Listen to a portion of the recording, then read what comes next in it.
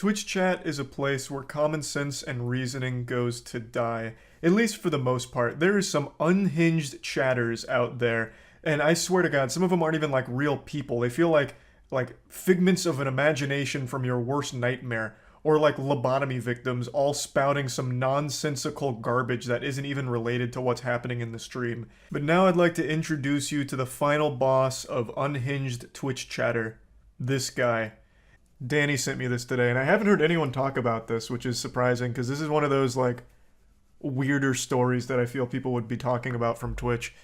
So this guy made a statement in an unnamed streamer's chat claiming that he was about to go kill some people in a mass shooting, and then he got arrested for it because the chatters warned the FBI, and they actually acted on it.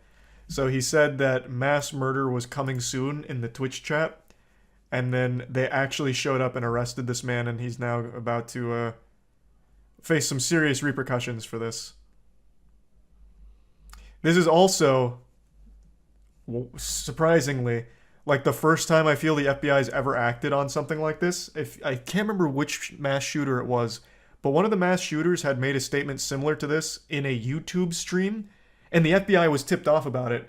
And they had already like identified that guy as a person of interest, and they still didn't act on it, and he actually did follow through and kill people. What mass shooter was that? Does anyone remember?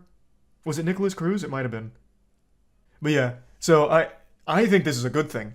I am happy to hear that they took action about that. 100%. With everything that's been going on, this is a fat W. Huge L for this fucking loser, but like a big W for law enforcement. I'm glad they finally bothered to take any level of proactive action here, for sure. Now, when he was apprehended and questioned by authorities, he admitted that the account was his and that the comments were stupid, saying that he was in a dark place, kind of similar to like a YouTuber apology video, honestly. He was saying like he was depressed, intoxicated, and he was recently going through a loss in the family, so he made those comments, which isn't a justification at all for what he said. Like, it's sad to hear that he was going through such tough shit, but that doesn't at all excuse these kind of threats. And I do consider these threats now. This isn't just like nonsensical hoopla tossed out there. I no longer view it as it's just a prank, bro. It's just me goofing around being a little silly, threatening some mass murder. When there have been so many mass shootings, and like I mentioned in the stream, one case just like this where someone made a very similar threat and then followed through on it shortly thereafter. And you see so many times, like almost every time there's a mass shooter, the authorities come out and they're like, yeah, we actually knew that this guy was a threat. We also knew about the things he was saying online.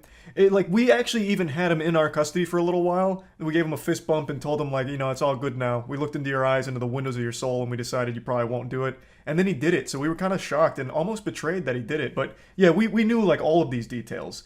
And then you always, like, are left scratching your head, like, well, why didn't you act on it? Like, maybe get guns away from that person or something. So even if this guy wasn't a legitimate threat, he wasn't some Gotham villain about to poison the water supply or start spouting riddles off to Batman, it's still good, and I view it as a very positive thing that the authorities went to investigate, to confirm whether or not this individual had plans to harm himself or others. I'm glad it wasn't a threat that was taken lightly or falling on deaf ears, just because I don't think there's any reason to take that chance anymore when something just like this happened and did lead to a lot of innocent deaths. So I do think this is a good thing, but I have seen a lot of people making the slippery slope argument about, well, if everyone's chats are being policed and you can be arrested for things you say anonymously in a chat room, that could lead to a lot of other things where people are getting punished for really minor offenses. And I can kind of see where that stance is coming from, that perspective, because, for example, E-Rob, who is a Twitch streamer, nay, that's doing him a disservice. He's more than a streamer. He's a goddamn icon. E-Rob made a joke with one of his viewers in his offline Twitch chat about beating him up at TwitchCon. It was just a threat made in jest between two people that knew each other, and E-Rob got reported for it in the offline chat, and Twitch banned him for a whole month because of that threat, even though it was just a joke. And they didn't fall back on the ban. He spent the entire time in the slammer, in purgatory, unable to stream, all because he made that joke that was taken to the principal's office by the hall monitor, and he was unjustly disciplined for it. So I can see why people would then take this situation where this man was arrested after his threats and blow it up to a bigger scale where if this is more commonplace, who's to say authorities won't start just striking people down for really small things without looking at like the bigger context or even bothering to see if they were joking or whatever. Like, I do kind of understand where that's coming from, but I still think at the end of the day, it'd be very dangerous and stupid to ignore threats like this guy was making. Multiple threats about mass murder coming soon, killing 20 people, shit like that. He made himself sound like he was just gonna be fucking piling up corpses in the street. Like, that is something that I don't think should be taken lightly and shouldn't be ignored. So I am happy they stepped in for that. So I do hope they continue to take threats like this seriously, because it could very well prevent a tragedy. This isn't the only time a mass shooter has advertised their upcoming crimes. And while this guy may not have had any plans to do it, some of the other ones have and have followed through on it, and authorities didn't act until it was too late. Now, this does bring me to an extremely important point to mention with this whole subject, and that's the curious case of Josh Palault, whom I've made a video on and who's been on our podcast twice now, because his situation was so unique and fascinating and just at times downright diabolical. This shit grabs your nipples and fucking titty twisters them. Like, his whole case, his situation and everything is unreal to believe that it actually happened. And it's very similar to what we're talking about right now. Josh, quite a long time ago while playing RuneScape and drinking, made a threat on the game about a school shooting. You know, don't go to school the next day, that kind of thing. And the Jagex, the company behind RuneScape, the developers, got tipped off to what Josh had said, and they forwarded that information to the authorities. So then the authorities scoot in sideways, kick down the door, throw the cuffs on him, and then absolutely steam his fucking ham. He received 6 years in prison. This was not a light sentence by any means. 6 full years, which he served the entire term of, because they determined that they had reason to believe he was like an actual possible threat. And I'm not going to get into like the actual nitty-gritty of the case, but with all of the information out there, it feels like it was an extreme case of corruption here that led to him receiving a 6-year punishment. He was a kid who was drinking and saying some stupid, edgy shit online, and it doesn't seem like there was any real evidence to suggest that he was going to go out and hurt people or do anything horrible, that he was just making those shitty, edgy threats. Now, I do think it was right that they stepped in to investigate, just to be sure and just to be safe, but then after they go through the whole song and dance of the investigation, they should have reached the conclusion that this is just an edgy troll. And yes, of course, get slapped with some kind of penalty or charge about making like ridiculous threats online. That's completely fine and understandable. But 6 years because they viewed him like a fucking terrorist made no sense. So I do think with a case like what we were talking about today initially, and comparing it to Josh Palault's case, I do think that there is a level that needs to be had from the authorities where they take these threats seriously, but then they also have to be fair with the investigation, where if they determine it's just some edgy asshole with no real or imminent threat to the people around them, well then charge them for the threats, but don't go the extra mile with this vendetta, this grudge against them where you just want to see them behind bars forever. Now in the case that we're talking about today with the Twitch chatter who made these threats of mass murder, he's currently facing charges of written threats to kill or do bodily harm. Now, that seems to fit the crime. That seems like a punishment that fits the crime. That's exactly what he did. They determined he didn't have any firearms, and they seem confident that he was never actually going to carry out these things. Thus, he's just being charged with the threats of doing these things as opposed to, like, the potential act of doing them. So I think that overall this whole thing is a good thing from the authorities. It doesn't seem like they're making the same mistake they made with Josh Palault here, where they try and throw the whole book at him, just get the whole kit and caboodle tossed his way. It seems like they know very much what's happening here. They took it seriously, and they're pursuing charges that I think are appropriate for what they've done. Now, I just wanted to talk about this situation because I thought this was a pretty important one. Again, if this was a very unwell individual who was going to carry out something terrible like this, then this would have absolutely just saved lives. And regardless, I think it is still a good precedent to set where you shouldn't be making these kind of stupid, reckless, dangerous threats online in the first place. Like, I do think this charge that he's facing for it is appropriate, and I just wanted to talk about that. That's about it. See ya.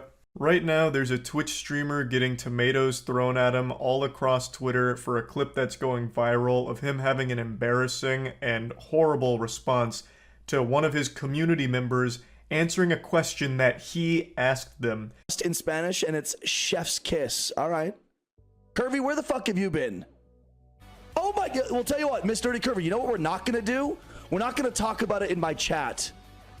because it's Friday, and that is a whole big bucket of bummer. And his response is a big barrel of butt cheeks. So to give context to this situation here on the lore, this was a regular viewer of this streamer, an avid supporter who had taken a bit of a hiatus and was unfortunately going through a very hard time with her mother passing. So when he saw that she was back, he asked her, "Oh, where have you been?" To which she just answered honestly, her mother had passed away, so, you know, it was a bit of a tough time. That's why she was taking a break. And then for some reason, this must have input a cheat code into the streamer's brain that just sent him into, like, debate club. He, for some reason, then just goes into, like, this TED Talk about how you shouldn't answer his question if your answer is something sad, because it brings down the vibes of the stream. It's baffling, because you had asked her, and she just answered your question honestly. I'll play a bit more of the clip before getting into it, but I want to make it clear early on that I understand a lot of streamers have a similar perspective where you don't really want someone in chat that's just talking about like a really traumatic experience they're going through, because it's not really the place for it and the streamer's not the therapist.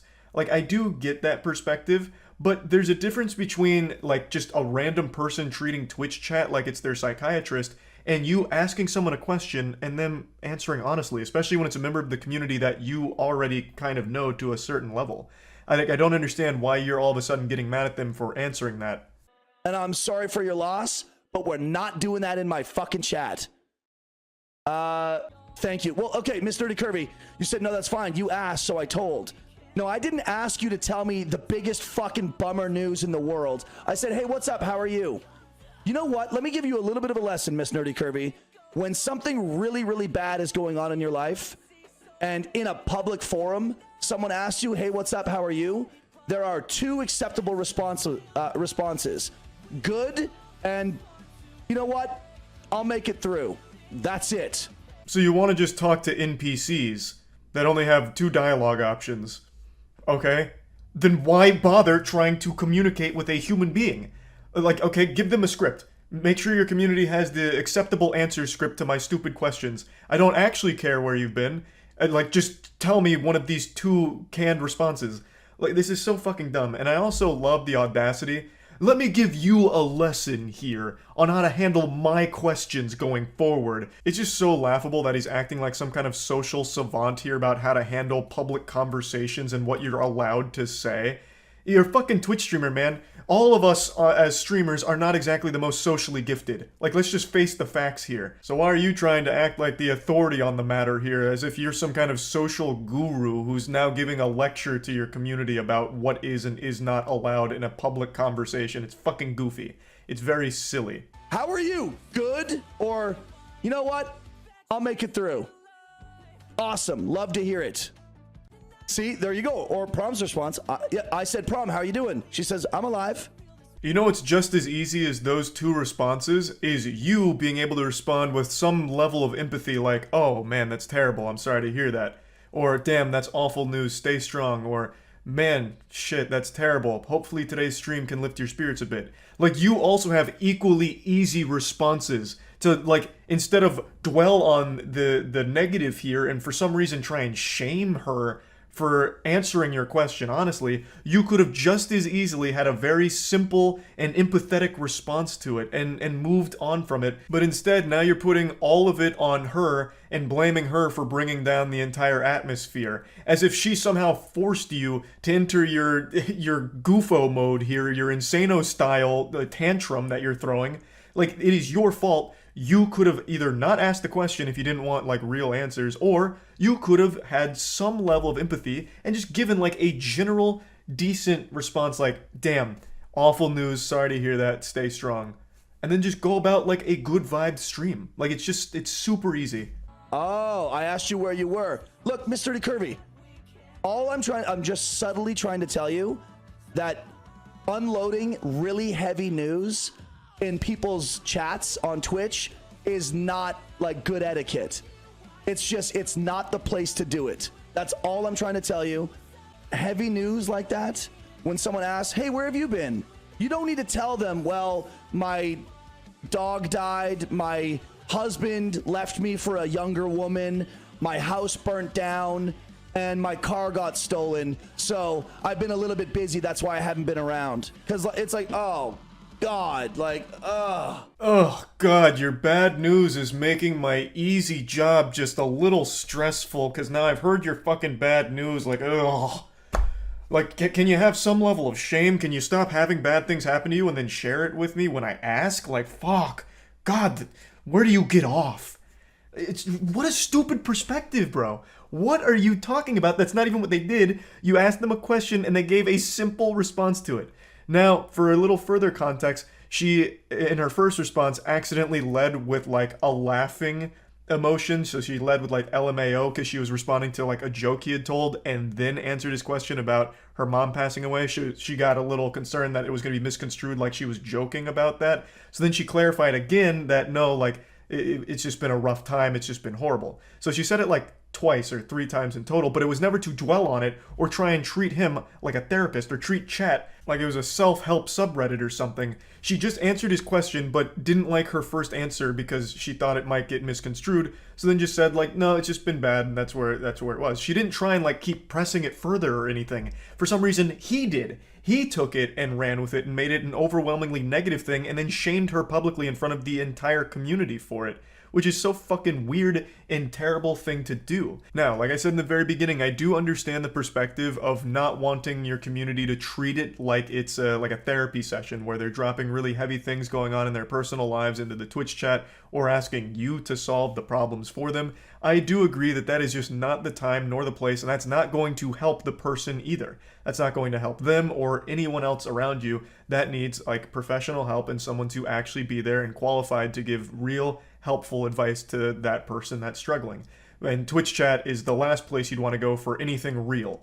So I do agree, like, that is never a good case, like that's never a good situation to be in, but that's not the situation this streamer was in. He had asked a community member that he knew a question, and it was a personal question. Where have you been? Now I'm waiting for your answer. And they explained, well, it's just been a bad time because her mom had passed away. And that's it. She didn't like keep going forward about it, like to try and like make it all about what she's going through. She just answered his question point blank. And for some reason he went off the rails about it. Like, you know, like if someone asks, like, hey, what's up? Where have you been? And it's heavy, just be like, I had a bunch of shit going on, so I've been lying low for a little while. Got it. That's it. I'm not trying to rip you a new ass. Yeah, not trying to rip you a new ass, just trying to embarrass you in front of the entire stream. The lack of self-awareness here. Buddy, that is kind of exactly what she did, but instead of just saying, I've got some shit that I'm going through, so I was lying low, she said, well, family member passed away, so I was lying low. That's it. She didn't continue to, like, go through the nitty-gritty on everything that happened. She did almost exactly what you said, but was a little more specific on exactly what that shit was. But in essence, it's the same thing. Would you have still melted down if she had said, I had a lot of bad, horrible things happen, so I was laying low for a bit? I don't think so. You probably would have just given a normal, like, decent human response like, man, sorry to hear that. Hope that shit clears up soon. Why couldn't you have had that same level-headed, rational response to her just being a bit more specific with what that horrible thing she was going through was? She didn't just dump everything on you and expect you to you know, like, coddle her or do something special. Like, she just answered your question. So this is where the viral clip ends, but he did have a response to this, and it's really worse than you're probably imagining. But before getting to his response, I want to hit you with a bucket of cold water to shock you with some statistics here. 93% of all Twitch streamers pull less than 5 viewers, so anything more than 5 immediately puts you in the top 6.7% of the site. These are old numbers too. These are from 2021, so I imagine this has only grown. So why am I bringing this up? Well, because the streamer who right now is catching more tomatoes than the goddamn Heinz ketchup factory is not a huge streamer. At least not by most people on Twitter's definition of a big streamer. He has around 55 average viewers, and to put that in perspective, that does put him in the top 1% of Twitch, at least based on the numbers I'm seeing. Because again, the vast majority of streamers are streaming to actually 0 people. Crickets. You have better luck getting your old high school classmates to watch your Facebook live stream than you do getting found on Twitch and starting a community from nothing. So everyone that's just writing him off as a nobody and fuck small streamers, who cares what they are saying or what their opinion is, I hate that perspective, and I will always hate that perspective. The mentality around numbers is so like fucked up these days that they can't recognize how big of a number 55 average viewers is. Like, yes, it's not the biggest streamers on Twitch, but that's still a pretty large number when put in perspective with how big the market is and how saturated it is. But this ties into the bigger point I want to make on the back of those numbers. The market being as saturated as it is, carving out a community being as tough as it is, the last thing you want to do is fuck it up, which is exactly what this guy has just done. He's currently streaming right now with like 140 viewers, which is more than he normally averages, but I imagine the majority of this is hate watchers hoping to just shit on him in the chat. And I've already seen it from a couple of his subs. Some people were saying how disappointed they were in him. And that's a really big deal because when you have a really tight-knit community, once the viewers start feeling like you don't actually give a fuck about them at all, or that you're kind of a piece of shit, they probably won't stick around because there's so many other streamers that they'll just go to. So this will potentially end up being a huge problem for him. His first response was this on Twitter, where he's just taking full responsibility for being an asshole, which I guess is fine. Like, he's just saying, yeah, I just was a real piece of shit here. But then 12 hours later, he made an apology video and doubled down on everything from his initial Twitter clip. Firstly, it is well known in my channel that I do not tolerate heavy news, drama, or trauma dumping, if you will, being entered or dropped into the chat. This has been discussed and explained and made clear many times while I've been live over the last 4+ years that I've been on Twitch. The people that come to my channel often, they know this. They see it all the time. So that's something that I want to make sure everyone understands. He directly blames her for violating his terms of service for being a chatter, basically, saying, I have very strict rules, you're not allowed to kill vibes with bad news or anything drama-related or heavy. Okay, then don't ask questions that could potentially lead to, like, someone being honest with you, man. Not everything in the world is going to be sunshine and rainbows. So why ask a question to your viewers that they might just be open about if you don't want to actually hear it? You know, it just doesn't make any sense. Like, and why are you blaming her? You're fucking blaming the victim here in this situation. What a terrible look. When you had already in your previous tweet sang a very different tune, where you're like, yeah, this one's kind of on me, I was a douchebag. What changed? All of a sudden now, you woke up this morning and you feel like you're not a douchebag, you're a superhero. In fact, she's the villain because she didn't follow your strict chat rules. This is not the first time that she's violated the expectation that people not share heavy news in my channel. The frustration from having her argue in chat that she was, quote, just answering my question, even though she's been spoken to about this type of thing before. Calling this an apology is a disservice to apologies. He is literally just justifying his reaction and saying it's all her fault. She violated our expectation of her in chat and then said she has a history of doing it. And in her statement, one of her twit-longers, she clarifies a bit deeper on what he's talking about. And he's pretty misleading with the way he portrays what happened here. Again, you asked her a question, she answered it. So the quote, I was just answering your question, is very accurate because that is all she was doing, man. Frowned upon. Dude, I'm getting follows right now. From Joe JCKS. Bro Chacho, welcome to the channel, dude. Thanks for the follow. Yeah. He even acknowledges that maybe he should edit that out and then decides not to. You should have edited that out. That's what a big yikes moment there. In your fucking apology, not an apology, in your blaming, pointing the finger video, you get a follower, take a moment to say thanks for the follow and like just call out the follower during this. What a bad look. How could you not recognize that as a potential problem? But regardless, the actual video he has made here is not a good response. It is somehow even worse than the initial one with the doubling down and trying to justify it. Like, just have an obvious common sense level-headed response like, yep, I overreacted, this was stupid, I shouldn't have done that, I don't even know what I was thinking, I must have just been in a bad mood. Like it was just so easy to move on from this, but instead you doubled down and now you look real silly for it. That's about it. So yeah. I'll be honest, I don't usually cover topics like what I'm about to touch on today because it's extremely serious. Usually the stuff I cover is things to point and laugh at, throw tomatoes at, say boo, stinky, yucky, boo. Not this. This is horrifying. It's a story I haven't seen a ton of people mention, and I myself didn't know about it until a few nights ago, where just some random chatter during stream mentioned it. And I looked it up, and the information was only a few minutes old. Like, I don't even know how that guy had access to it so quickly, unless he's like one of the chief investigators on the case that just typed it in the chat. But when I looked it up there wasn't a ton of specifics mentioned about the case. But I followed it over the last few days as more and more information has come to the public eye. It is truly evil. And to my knowledge, this is the first case where a live stream was used as an alibi in a murder case or anything of that magnitude. There of course has been cases like with Facebook live streams and even YouTube a couple times where horrible atrocities were committed live, but I think this is the only time that someone has tried to use a live stream to prove their innocence and act as a smokescreen to cover up their crimes. Now, the person I'm about to talk about hasn't been found guilty yet, but they have been charged with murder with overwhelming evidence. Extremely compelling and strong evidence. On December 18th in Ireland, a woman named Natalie McNally was stabbed to death in her own home. She was 15 weeks pregnant at the time of her death. And the person accused of the murder is a man named Stephen McCullough. He is a YouTuber as well as streamer. He mainly focused on toy reviews as far as I can tell, specifically seeming to be a big Doctor Who toy reviewer. So what happened is, on the night of Natalie McNally's murder, Stephen McCullough went live on his channel.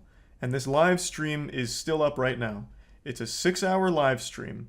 And this was crucial evidence to prove his innocence on this evening. Because how could McCullough have possibly killed someone when there's proof of him streaming from his home at the same time that the murder had taken place? So they eventually, after bringing him in initially on suspicion of being involved in this case, let him go, because this live stream did serve as a pretty good alibi for him. Plus, this wasn't just streamed to 0 viewers, there were real sentient human beings with a pulse there to watch this stream, so should any of this information ever come to light, there would be a lot of witnesses saying, no, I was watching him stream, he was 100% at home.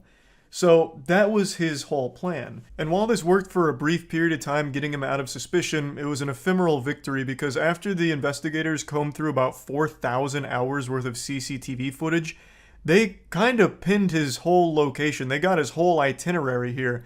They were able to track him around and follow him around like it was a fucking Sims character. So not only did they see him through the CCTV evidence, but they also have the account of the taxi driver. They even took notice of things like a yellow glove underneath a black glove while giving change to a bus driver. And with all of this, they had a really strong case against him being the murderer. But they still had that live stream to explain. Because again, there is a live stream that did span the entire course where all of this took place. So how the fuck does this happen? You know, is he David Copperfield? Like, what, 2 places at once? Is this some kind of prestige situation where he had like a twin or a clone of himself? The actual answer is it's far simpler than you would possibly ever think. The live stream was fake.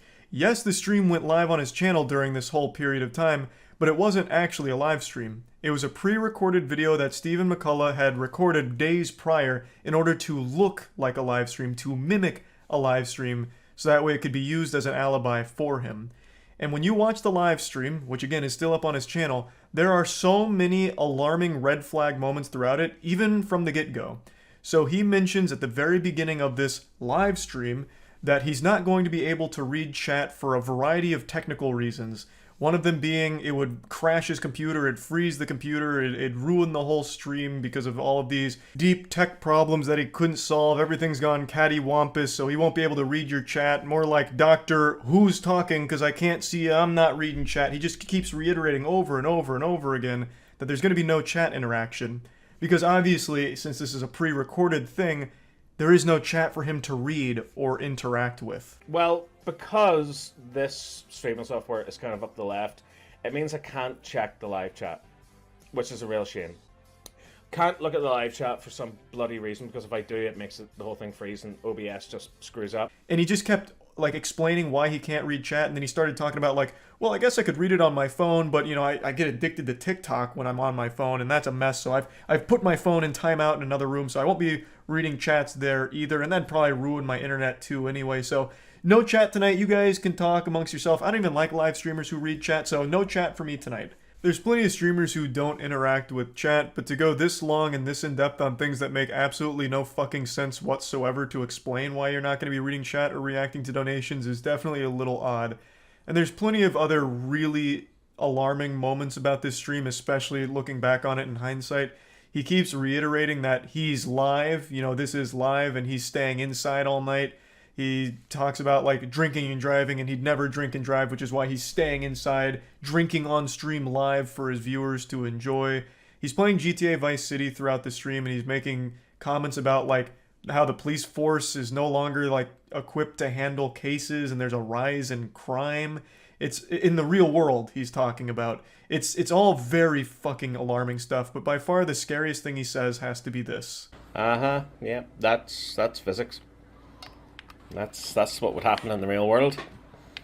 Abso-fucking-notly. Abso-fucking-notly.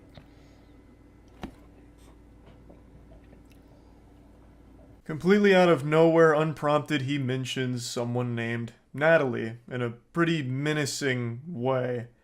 And once again, there's plenty of other things he says in here that are very scary, but I think this one is by far the worst moment. This has been 100% confirmed beyond a shadow of a doubt to be a fake live stream. When authorities seized some possessions, they found the actual video itself and concluded that it was filmed on December 13th or 14th.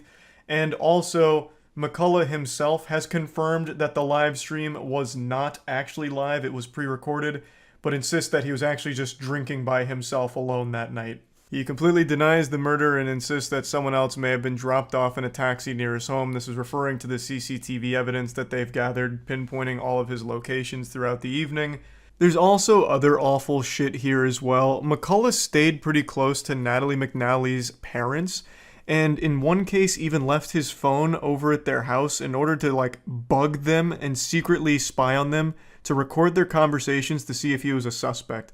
So McCullough went to the McNally house, left his phone on record, and left, but returned 40 minutes later claiming to have forgotten it, and police were saying that this was an attempt to listen into their conversations to see if they suspected him of anything in this. I can't envision a world where Stephen McCullough is not the person who committed this crime.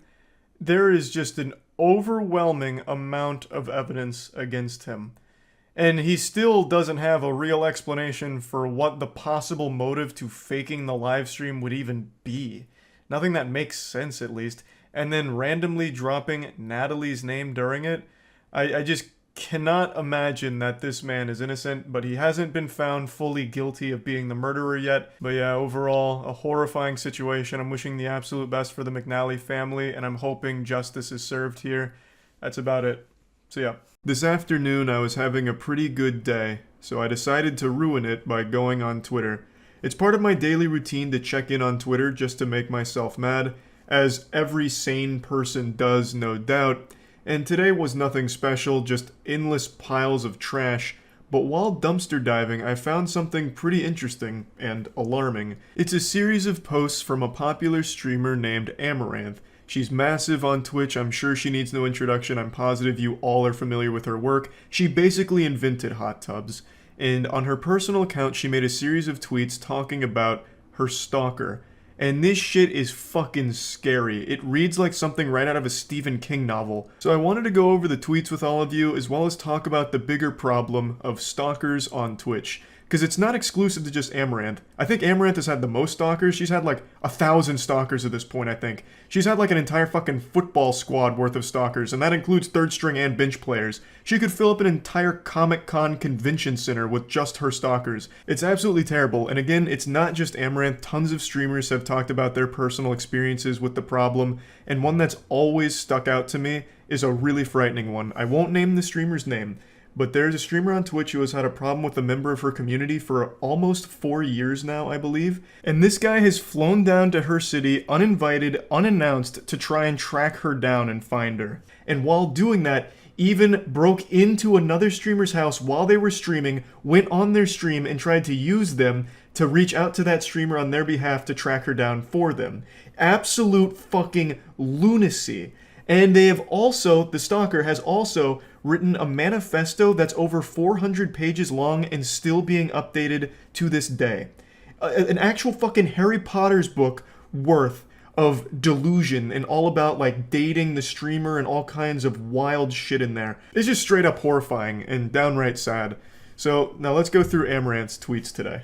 This is her alt account. She says that her stalker traveled from Estonia, came to her city and camped out in a hotel with a line of sight to her P.O. box and spent over a month camping out daily at a Starbucks next to the P.O. box and streamed it the entire time.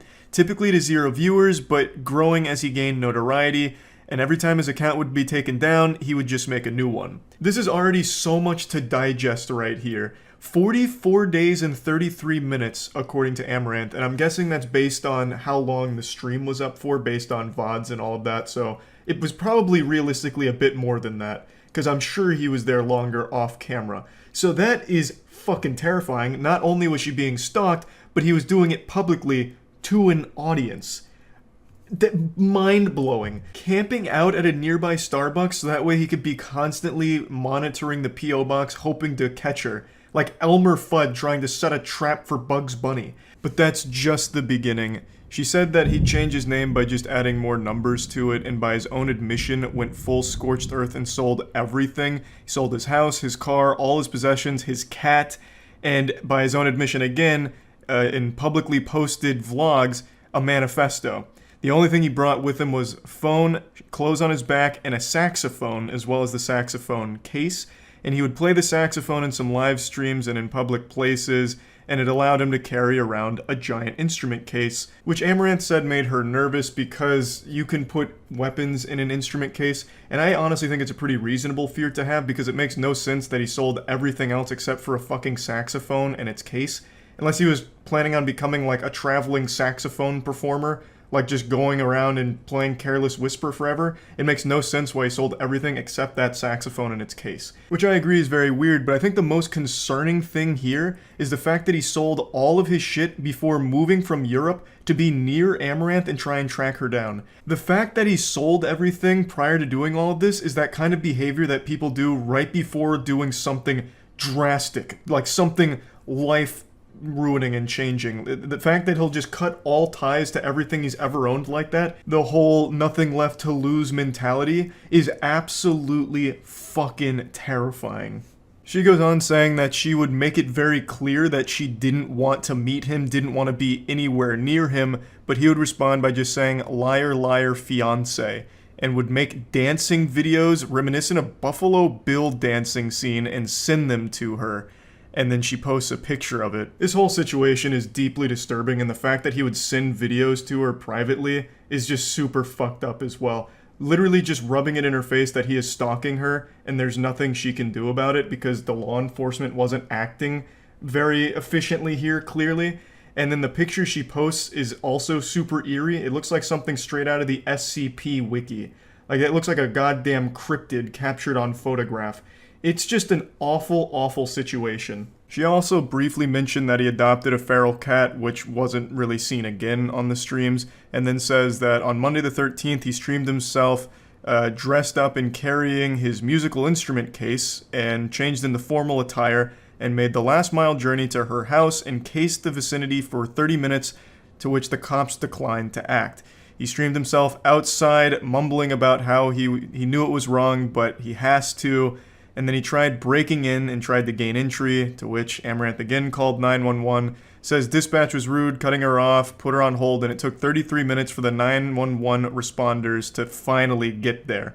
Amaranth did have armed personnel on standby at her residence, according to her, that would have acted if he successfully broke in. But luckily it didn't come down to that. Law enforcement did get there. He got arrested, got detained, and she says the embassy was contacted and he's currently not in Houston, and that's all she can share for now. Luckily this story has a somewhat happy ending. They got arrested and got kicked out of Houston, hopefully also put behind bars. But there's a lot more to talk about here that I'd like to get into, and that's the law enforcement's response to stalking. One thing that's remained consistent across every single story of a Twitch streamer sharing their personal experience with stalkers, the one thing that is a constant is that law enforcement doesn't do anything about it. In extremely rare cases, they'll allow them to get a restraining order, but even that's super uncommon, it seems. they just don't take it seriously. I understand like stalking and like trying to act on it as law enforcement is a pretty tough situation to be in because, you know, it's not Minority Report where they can tell who's going to commit a crime before it happens or whatever. You know, they're not Tom Cruise. And that's kind of the same thing here with stalking. They're trying to prevent a crime or an escalation without it having happened yet, so they don't have all of like the evidence to tell them like it's going to happen, so it makes it tough for them to actually act. But I really think in situations like this, they should be a lot more understanding and accepting of evidence. This guy streamed 44 days worth of continuous stalking and harassment, and it's all documented, all of it shared, and yet they still didn't take it seriously until he showed up at the residence. And even when he was there actively trying to break in, they didn't show up for 33 minutes and didn't take it seriously. There needs to be some kind of new way of handling this kind of situation, or it's going to continue and get worse. Another streamer named Sweet Anita also had a similar problem with a stalker, except law enforcement was somehow even more inept here when it came to the situation.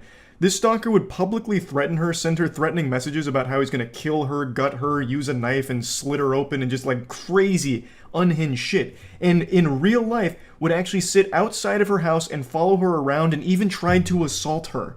And still, law enforcement didn't take it seriously for the longest fucking time. It's like law enforcement's hands are tied until they actually commit the crime and kill the person. But when there's this many red flags, why not act preventatively? Like, why not have a preventative measure in place? Like, okay, this guy is publicly making threats, sending these threats about how he's going to kill her, and is actively sitting outside her fucking house. Maybe we should do something about this individual. So yeah, I just think there needs to be some kind of system in place to be a bit harder on stalking, where when there's this much evidence of like threats and then like actually acting on some of the things they're saying in the real world, they need to take that more seriously and be harder on it. Like, if you actually show up, you're getting arrested. If you're within 5 miles of this person, you're getting arrested. Like I said, sometimes there's restraining orders, sometimes they trespass the individual, but even in those cases, it's pretty uncommon they even do that much. So I just think they need to be a little bit more intense on their stalking laws in order to prevent an actual tragedy from occurring. And it's happened before. There's plenty of cases where stalkers have been reported, law enforcement didn't act, and then the stalker ends up killing the victim. Most recently, I think it was last year, and I think this was in the UK, there was a teenager that reported a stalker 5 times and then even got fined 90 euros for wasting law enforcement's time, and then the stalker ended up killing them. A complete failure from the law enforcement there. And that's not an isolated case, it's happened before. I just think in general, there's more the law enforcement agencies can be doing to prevent something like that when it comes to stalking. And then another thing that I'd like to mention is why there seems to be so many stalkers on Twitch in particular. And I think that's because, and I've said this before, you're interacting directly with the streamer you're watching. So for mentally unwell individuals, they get this false sense that they're now friends, and in certain cases, lovers. So a lot of times you'll see these stalkers have the delusion that because they've donated to a streamer or they subbed to the streamer, they're now like romantically involved with each other. And that gives them some sense of entitlement. And when they realize that, you know, the streamer doesn't feel that way about them and doesn't even know they exist, they start to get mad, lash out, and then you see all of these fucking wild, crazy messages and these threats that they'll make and these meltdowns, and it's terrible. You hate to see it. It's absolutely terrible. But it's not like the streamer's fault or anything. That's entirely just because there's so many people on Twitch. Some of them are bound to be mentally unwell and take these parasocial relationships to an extreme level. Parasocial relationships are bad, no exceptions, but they're even worse when the person believes they have control over the streamer or possession of them because they've donated money. Now they're dating and all of this, and then they find out that the streamer is, you know, romantically involved with someone else. In the real world, they lose it, go wild, and then ends up in these crazy stalking situations or whatever. It's just a terrible situation that's only been getting worse as Twitch continues to grow. It's not really a problem with the solution though. There's not a whole lot Twitch can do to prevent that because they can't control the mental health of its users, right? And it's not the streamer's fault who are just streaming and then get someone that keeps donating to them and thinks that they're best friends or they're in love or something because of the money they've given. Like, there's not much you can really do there other than acknowledge, like, hey, look, I'm just a streamer. You know, I appreciate the support and the generosity, but this doesn't make us friends. You know, we're not in love. You know, I don't know you. Ludwig had a whole video called "I'm Not Your Friend," where he just says, like, parasocial relationships are bad. I appreciate that you come to the streams and are generous, but I'm not your friend. And that's really all you can do as a streamer, but that's not going to solve the problem either. There's still going to be those people that cross that line and think that, oh, we're best friends now because I watch them every day or I give them money. And then it ends up in these very awful scenarios and like even creates stalkers in some cases. It's just bad all around, and I don't know the solution to it, but I just wanted to at least highlight that it is a problem, but will hopefully stop being a problem in the near future. But yeah, anyway, I just wanted to talk about this whole subject, and that's about it. So yeah, this is so this story is one that I've covered on stream a couple times. I find this whole saga very, very interesting. I wonder how many like OG Twitch viewers we have in the chat right now, because this is this is vintage. This is like a fine wine of internet cringe and drama. This was like the first big Twitch drama story. This man right here, Zillion OP. He used to stream League of Legends in a wheelchair. I believe he talked about disabilities, as well as even did like charitable things for disabilities, if memory serves me correctly. And then eventually during a stream, he inexplicably stands up and walks to the bathroom after being in the chair for his entire streaming career. It was one of the most miraculous moments ever captured on film. That guy must have bought Peter Popoff's holy water or something, because in that moment he could walk yet again and everything was fine. And then once he was caught with his pants down, I think he's tried to defend himself saying, I never explicitly said I was disabled forever. So he said it was like only a temporary wheelchair, and that he didn't actually mislead people.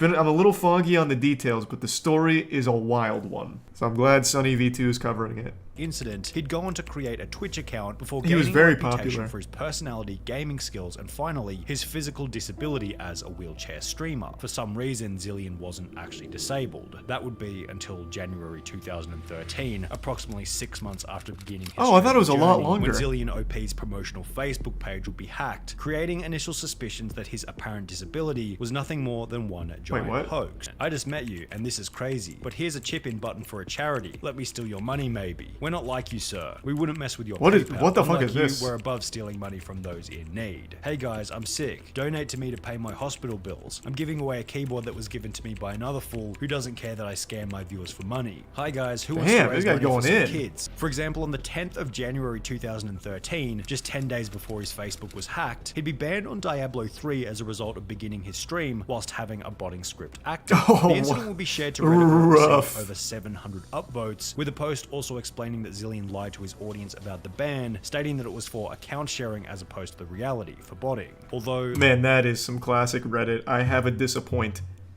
Does the narwhal bacon at midnight, brothers?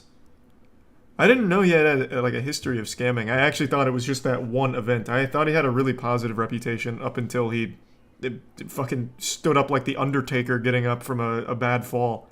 Just raising from the wheelchair and going to get a snack or whatever. 4 months later, on the 5th of April 2013, something would happen while Zillion was streaming, proving this Reddit comment correct, whilst ending Thanks to Prime Zillion's Love Will entire and recent career Wolf in the Bugs and process. Nanpo.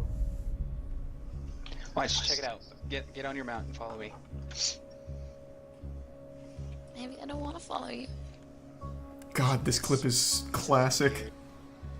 Our dog, oh my god, we took our dog, like, to the fish shop today, because the dog loves just... I can't believe it! eating the Oh, I am... Oh my god! And I was like, oh, this is Anything is possible! If you believe that actions speak louder than And then a words, poltergeist Zillion turning his camera tilts the downwards camera. to hide his empty wheelchair was basically We the weren't meant same to as see him that. saying, I've just exposed myself doing something that I definitely shouldn't have been doing. However, the chat would continue to discuss what they had just seen, and seemingly in a state of panic, Zillion joined the discussion by both gaslighting and lying to his audience about what had just... So how do you even come back from that? Like, okay, everyone knows Twitch chat has some of the dumbest fucking people of all time. That's just the internet in general. And of course people were going to defend him, but how? Like, I can't even wrap my head around how you would possibly explain away the fact that this guy, who has led you to believe that he is in a wheelchair, all of a sudden just stood up and then tilted his camera down and ended stream. What the fuck? Did Zill just stand? No, I fell. I pushed off my chair and ate it. That was the most controlled fall of all time. Yeah, I was gonna say that I figured you were holding yourself up with your arms. The delusion is always crazy. Oh my god. This is bad. Even blaming the dog. That's real low. That's real low. And this just makes me lose any amount of faith in, like, common sense here. They all just watched him stand up. He didn't fall. And the dog pouring water on his wires wouldn't all of a sudden knock his webcam straight down. People just believe fucking anything. Zillion deleting any comments calling him out instantly suggested that he was guilty. His story didn't exactly No, he was just either. embarrassed If of he had falling. really fallen out of his seat, how was he able to get up and move the camera so that it was no longer facing the empty wheelchair? Additionally, after the VOD was clipped, viewers noticed that Zillion walked away without... Do you remember a bit ago when we watched a recent interview about this situation? Yeah, I can't remember what he said though. It was like an hour and a half long and I can't remember a fucking word that he said about it. Do you remember? Because I don't. I'm sure it'll be in this video, but let's just get a little, you know, deep into the manga here. Because he had some kind of like outrageous excuse or something. The earthquake was so intense that it wobbled him to steady feet the entire time. Like gyroscopic. So, what a day. I wake up True, to it be might have been informed Clara. of what has happened. I read all the articles, all I can say is karma. You deserve everything you have coming to you, Zillion. I do hope you put those legs to use and get a real job. You owe a lot of people money now. What I find funniest about this is your terrible cover-up of it all. The streaming business is a much better place without creeps like you in it. Oh, and by the way, this isn't James. It's Matt in brackets Hypno, you fool, with Hypno being an old friend that Zillion used to stream with from around 1 year prior. I called it. I and knew it'd be a told you friend. so, hackheads. It is reprehensible. His actions are a huge slap in the face to Twitch community members with real disabilities such as Aaron and groups such as Able Gamers who have helped spread a message of inclusiveness and positivity to not only the Twitch This is a really good community, statement but from gaming Twitch. as a whole. Twitch should do shit like this now. Like if there's a really bad actor and they do take a stance against it, this is a good statement. Like this is actually a good PR piece. But this is 2013 Twitch. Maybe they don't have this same group here. There's Zillion. He has legs. We got Zillion. It should be. Nice. It's live. They're gonna go nuts. They're gonna be like, "What, Zillion?" Because no one's seen you since it went. He has no beard. Look at this. No beard. Look at how much he lifts. Interestingly, he Zillion had also upgraded. shaved his 20. However, this would change once again when the internet would discover a channel that looks suspiciously familiar, going by the name of It's Bluish. The Remember streamer this. running this suspicious page was clearly Zillion, and it would hilariously be the person who originally hacked his Facebook page in 2013, who would once again expose him. Damn, on this guy's like the livestream via Batman. subreddit in a post. Zillion's his Joker. Me at concerts, me out traveling, me out doing everything. This was just like I was in a wheelchair. I did get better, and I am obviously no longer in a wheelchair. Unless for some reason Zillion had lived a year of his life in a wheelchair for the sole purpose of looking disabled prior to beginning his streaming journey, it was basically That's what it confirmed that was. Zillion was most certainly disabled, or at least had been temporarily. Throughout the interview, it feels as though Zillion is speaking in a way that's truthful. It doesn't feel like he's trying to hide anything. So under the assumption that this whole discussion wasn't yet another lie, here's what they discovered. Firstly, Zillion wasn't lying about either the car accident or needing to be in a wheelchair. I was in a wheelchair for 2 years. I was in a car accident, which put me in a wheelchair for more than a year prior to streaming. Okay. And therefore, the disability that was was never it. fabricated. When you are integrating your disability so much in stream that it may have put off a certain image that you were wheelchair bound when you weren't. Are you willing to admit that perhaps the big thing is, I remember now when we watched this, he still tried to cover it up by saying he fell out of the chair because he didn't want to admit he didn't need the wheelchair anymore. So it's still entirely his fault for misleading everyone. Like, even to the bitter end of that channel, he was still lying when he stood up, and it was accidental.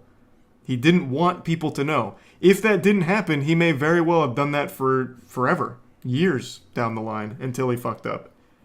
So it's, again, it's not like it was just, it was an accident. I didn't want people to, you know, it wasn't like I was trying to hide this. I guess I just was a victim of my own hubris for trying to battle these things in private, and I should have shared more. Well, no, he blatantly lied. Like, he did blatantly lie when he stood up. He tried to say he fell, the dog spilled water and ate his homework, which is why the webcam tilted down. So, I still think that it is entirely scummy. However, it did seem like Twitch was in the process of unbanning his OG Zillion account, so perhaps he'll have another opportunity to do his stream the right way in the future. Yeah, I mean, it didn't really address the lying about it at the end when he was revealed to be no longer wheelchair bound. But yeah, that is a wild story. I do remember that one as it unfolded. It's always nice to get a refresher on exactly what going to be visiting the dark web version of the Internet Strangest websites. This is the final and technically 4th part Let's of the go, series, so I made dark a playlist you web. can check out at the top right of the screen if you want to I've watch all the seen that episodes. movie. For my safety Unfriended. and yours, I will not be sharing the links. Go watch the other parts of this series. Anyway, in case you guys don't know about the dark web, you can only access it using Tor web browser, not Google Chrome, not Firefox, not Internet Explorer. I don't know why you would use that anyway. This allows you to go into. Well, it's not called websites Internet Explorer now, it's Edge. The websites usually consist of random numbers. In the last video, we covered the basics, and this time I just decided Tor was made by the CIA. and clicking and clicking. So what you Is that true? I remember that rumor floating around back when I was learning what the dark and deep web and shit was. Was Tor actually made by the CIA? It was made by the Navy. Oh, we're getting... Oh, there's like a fucking civil war in the chat. Was it the Navy or the CIA? On Tuesday, the CIA announced its own Tor Onion service. So the CIA, I guess, is getting into the dark web space. What are they, like, releasing dark web NFTs? I don't know. This is a weird announcement from 2019. The United States Naval Research Laboratory. I'm assuming it's just the first thing that popped up. Yeah, it looks like it was the Navy. So besides like arms purchasing and like illegal shit, what is the point of the dark web? Like, I can't imagine people are accessing the dark web going through Tor to look up like video game walkthroughs. That seems like there's no way that happens on the dark web. Who's going on the dark web like, bruh, I'm really looking to buy some crocodile. Oh, someone's selling. All right, here's my credit card info. No one's typing that shit in on the dark web. No fucking chance. No one's dumb enough to do that, right? College kids? Nah, I don't believe that for even a second. Nobody would. They're absolutely using like Monero or some kind of crypto or something. They're not going to be using like their actual just fucking Visa card. Revenge. Now you might be saying, we already covered revenge in the last video. Yes, but those websites were taken down. Won't be sharing the name of the website, but I'll show you guys the layout. So right out of the gate, you're given a list of female names to browse through. If you click on a name... This used to exist on the surface web for what it's worth. Tuv even covered it once. There used to be a website that was all for revenge porn, and eventually the guy who ran it faced, how many years in jail? I don't remember how many, but yeah, he got fucking blasted. But this was something back in the early internet days that existed just on, you could go on AOL and just look at revenge porn. It was fucking crazy. He got 18 years? Was it 18 years? You might be right. There are two options: the lifetime basic. Yeah, see, and the buy with lifetime Bitcoin. premium. You're not typing in Lifetime credit basic card costs info. $150 and includes lifetime membership, daily updates, 101 gigabytes in leaked amateur content, which is 69,300 photos, Christ. 3,405 video, and plus a VIP section, an IP cam section, spy cam recordings, NAS Synology section, and unsorted content, which apparently they have 10 terabytes worth of. So yeah, the IP cam Holy section. shit. Like, dude, I feel so bad for the girls that don't even know their laptop is hacked and people are just watching them. Random people are just watching them. That's another crazy thing. Do you guys remember that back in early internet days? There was a time, I don't remember if it was Max, but there was some laptop that shipped with a webcam built in, and it was extremely easy to access. So easy, in fact, there was a website set up on Surface Web where it would just be like a roulette. You just click a button and it'd take you to some random guy's webcam. You could just watch them living their lives. Was it Dell? It might have been Dell. Yeah, so you just have this roulette of just watching people's lives through their webcam. They had no idea. It was fucking wild. It was wild. So then, like, it was such a big deal that eventually the experts were like, if you own this laptop, just put a piece of tape over the webcam. Otherwise, you are most likely being watched. You exist. But I just want to let you guys know that. And I'll provide some Amazon links in case you guys want to buy some webcam covers. Disgusting fantasies. You don't want to look at my webcam? Yeah, like...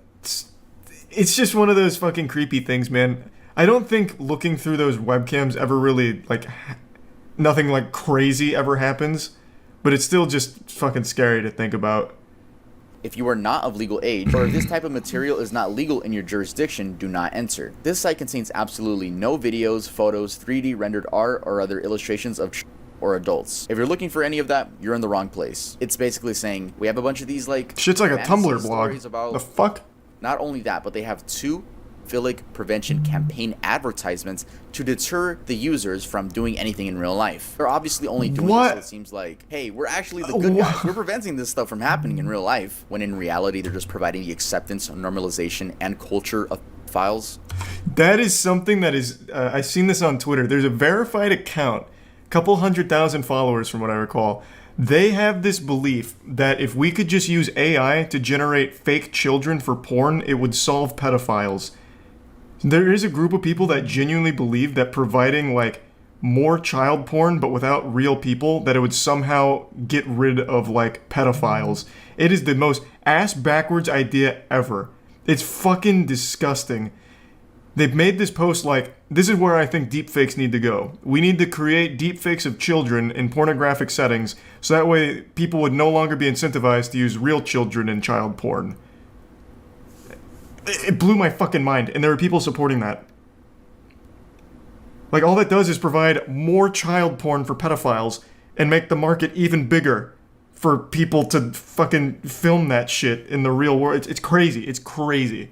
Twitter is just the most outrageous wasteland of horrible ideas. That's what this just reminded me of. I think it was actually Mudahar who commented on that.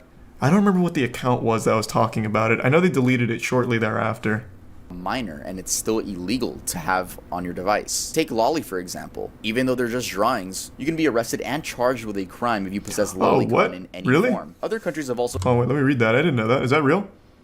You can actually get arrested for Lolly? So what is Twitter talking about then where it's like, it's not illegal? In fact, Lolly is something to be celebrated. So enacted laws making Lolly...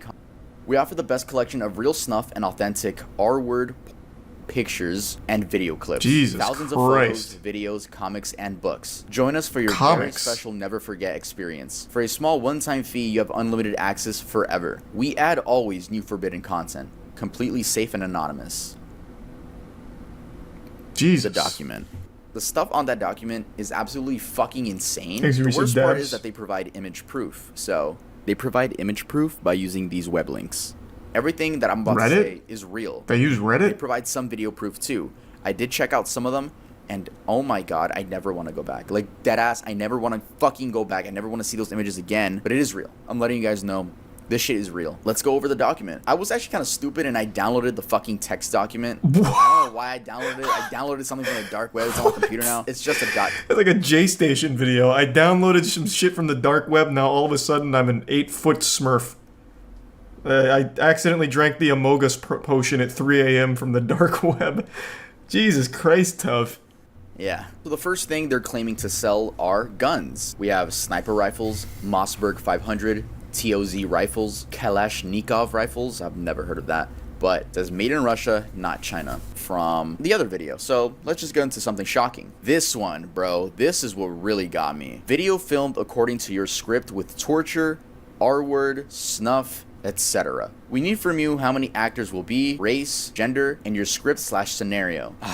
I can't believe Jesus Christ. The youngest actor we had, 4 days after she is born. The oldest actor we had, 93-year-old woman. Holy I'm assuming fuck. it's kidnapped people, blended up babies in smoothies. A classic smoothie is a drink made from pure raw fruit and or vegetables using a blender. Classic smoothie is a healthy type of cocktail that you can drink for breakfast or a bit later. But we have a special smoothie. It's made from newborns. We place in blender the newborn with or without legs/hands. Nah, that's no fucking shot. And blend until the mixture is for smoothies from newborns strictly in the refrigerator or cool place. That one seems very fake. Also buy male and female genitalia, just like they're obviously I don't know about that one. That one doesn't seem like a real thing. Safe and secure container will be transferred and marked as for medical school. So they got their own methods to. That's CIA bait. Legit. Yeah, it definitely seems like bait. Cocaine, and why does that even matter? What? By reading the names, I recognize some of them. It's extremely fucking illegal. They're also selling the Logan Paul video. You guys know which one, which is a complete shock to me. It was like a YouTuber on this list. What was going on?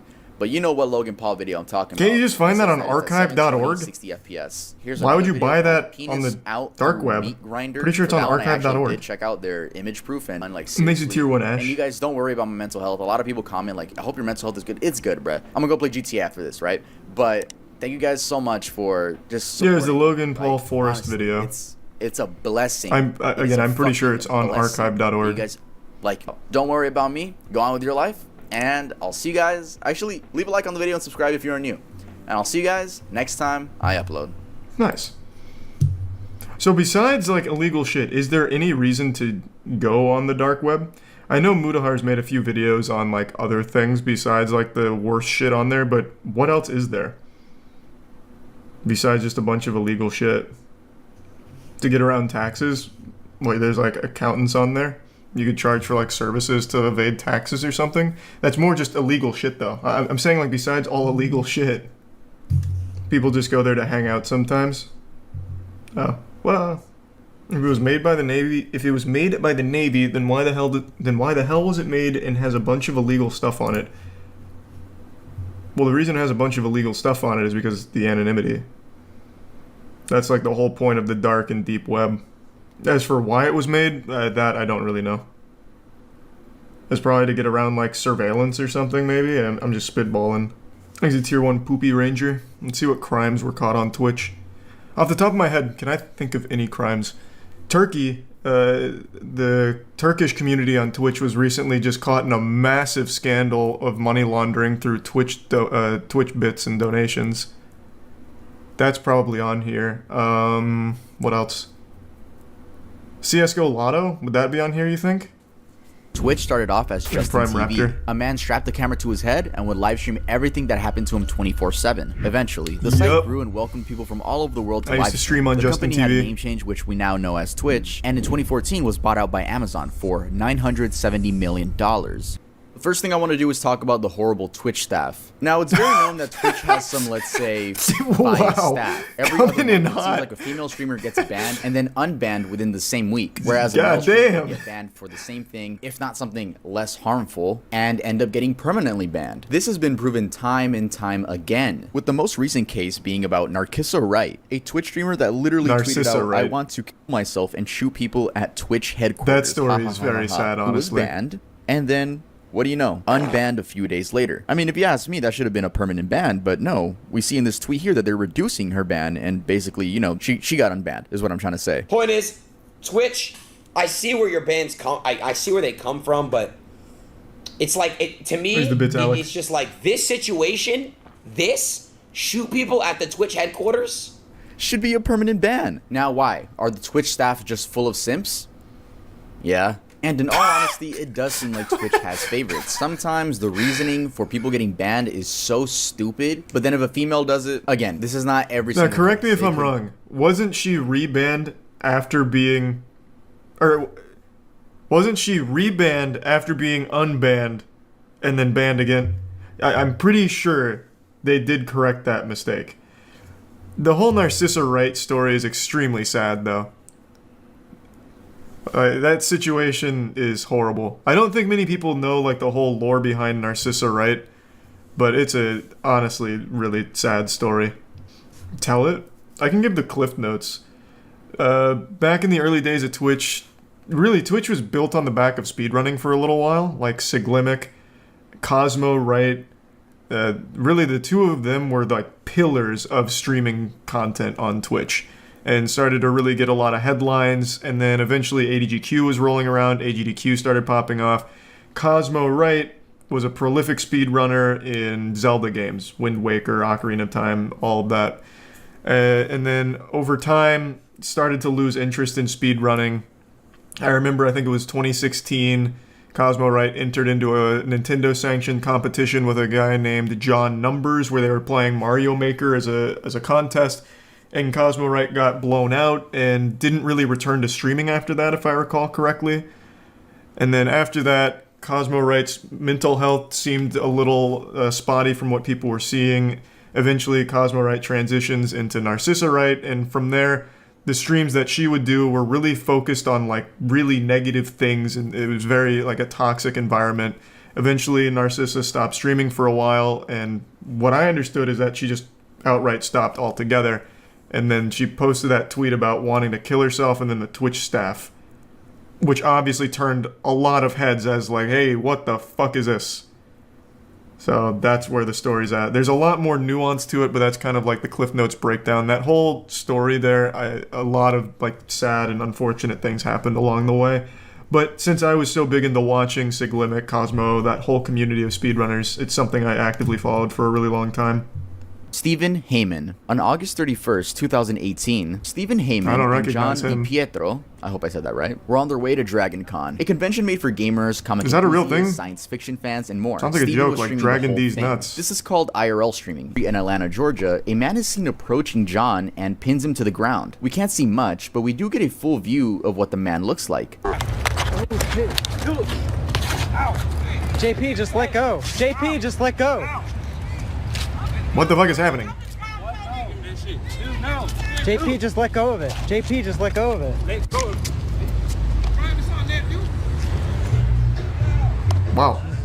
You can hear Well, that was Steven awfully repeatedly calm. say, JP, just let go. And this is due to what I'm assuming is John not wanting the man to take his camera, which the man did end up stealing. From the reports I've read, wow. it seems like the man was never caught. The YouTube comments were full of, L friend, this dude is such a bad friend, and comments like that. But honestly, that was the best thing to do. You don't know if someone is carrying a knife or a firearm, and your life really isn't worth getting killed over something as simple as a camera or your wallet, when you could just Love how the dude didn't help.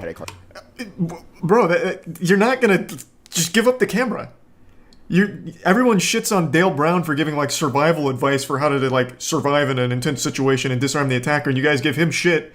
But the optimal thing to do is to not fight back. Just give your camera. Again, like Tuv just said, could have a knife, could have a gun, and that guy's big as fuck. That guy was significantly more jacked than Steven here. Just give up the fucking camera. Like, I guarantee if this guy did fight back and got his ass beat, people would give him much more shit anyway. Or he could have lost his life over it for a camera.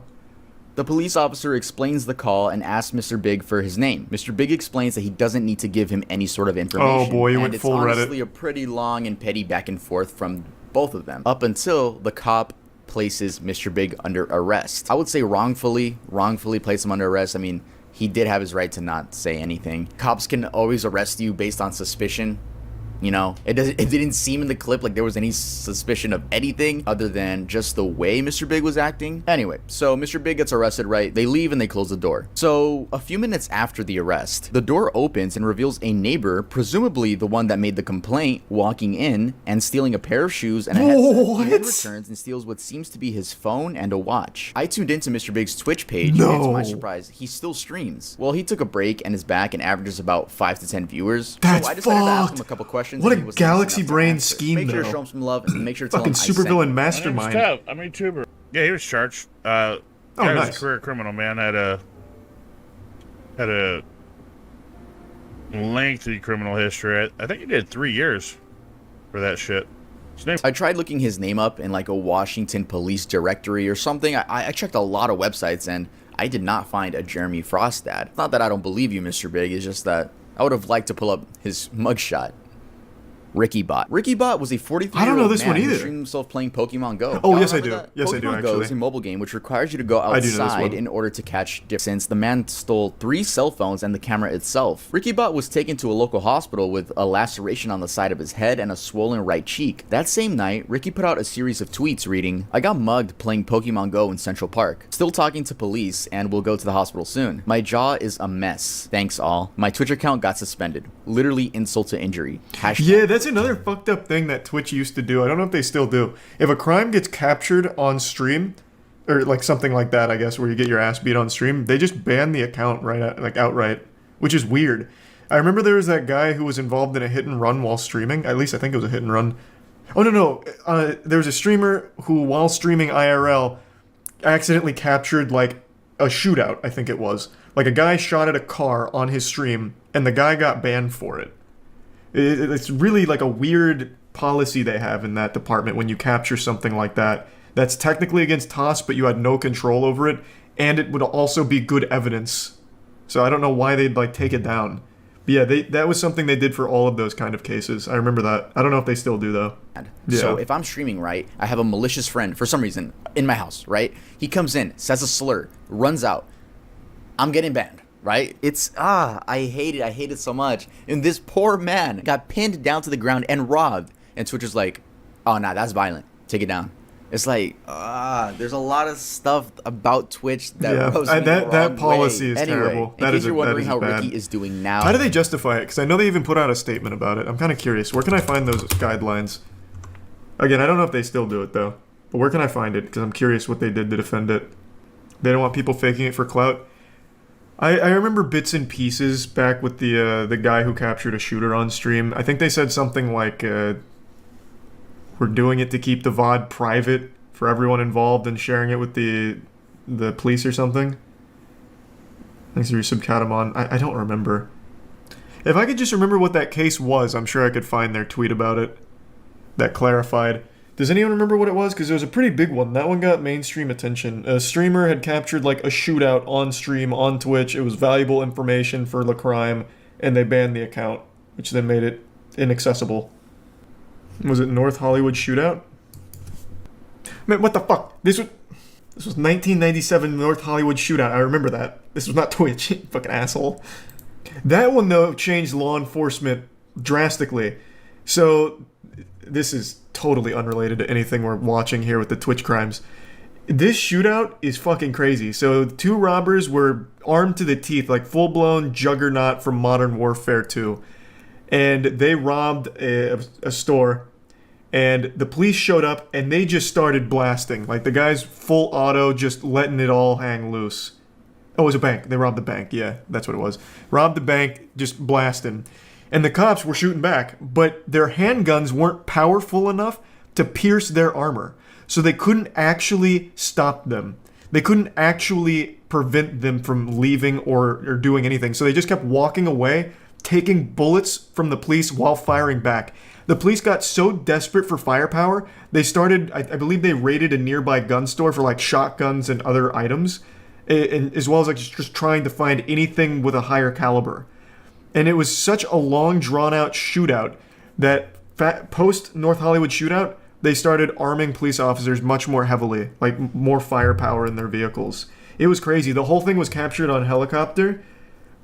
In fact, the only reason it even ended is because one of the officers got a lucky shot on one of their ankles, because their ankle was slightly exposed, so they hit his ankle. He fell to the floor and knew he was going to be killed, so he took his own life. And then the other one, I think, got really desperate and just started walking at them or something like that. It was something like that. It was crazy. It was fucking crazy. Thanks to Prime Megalodon.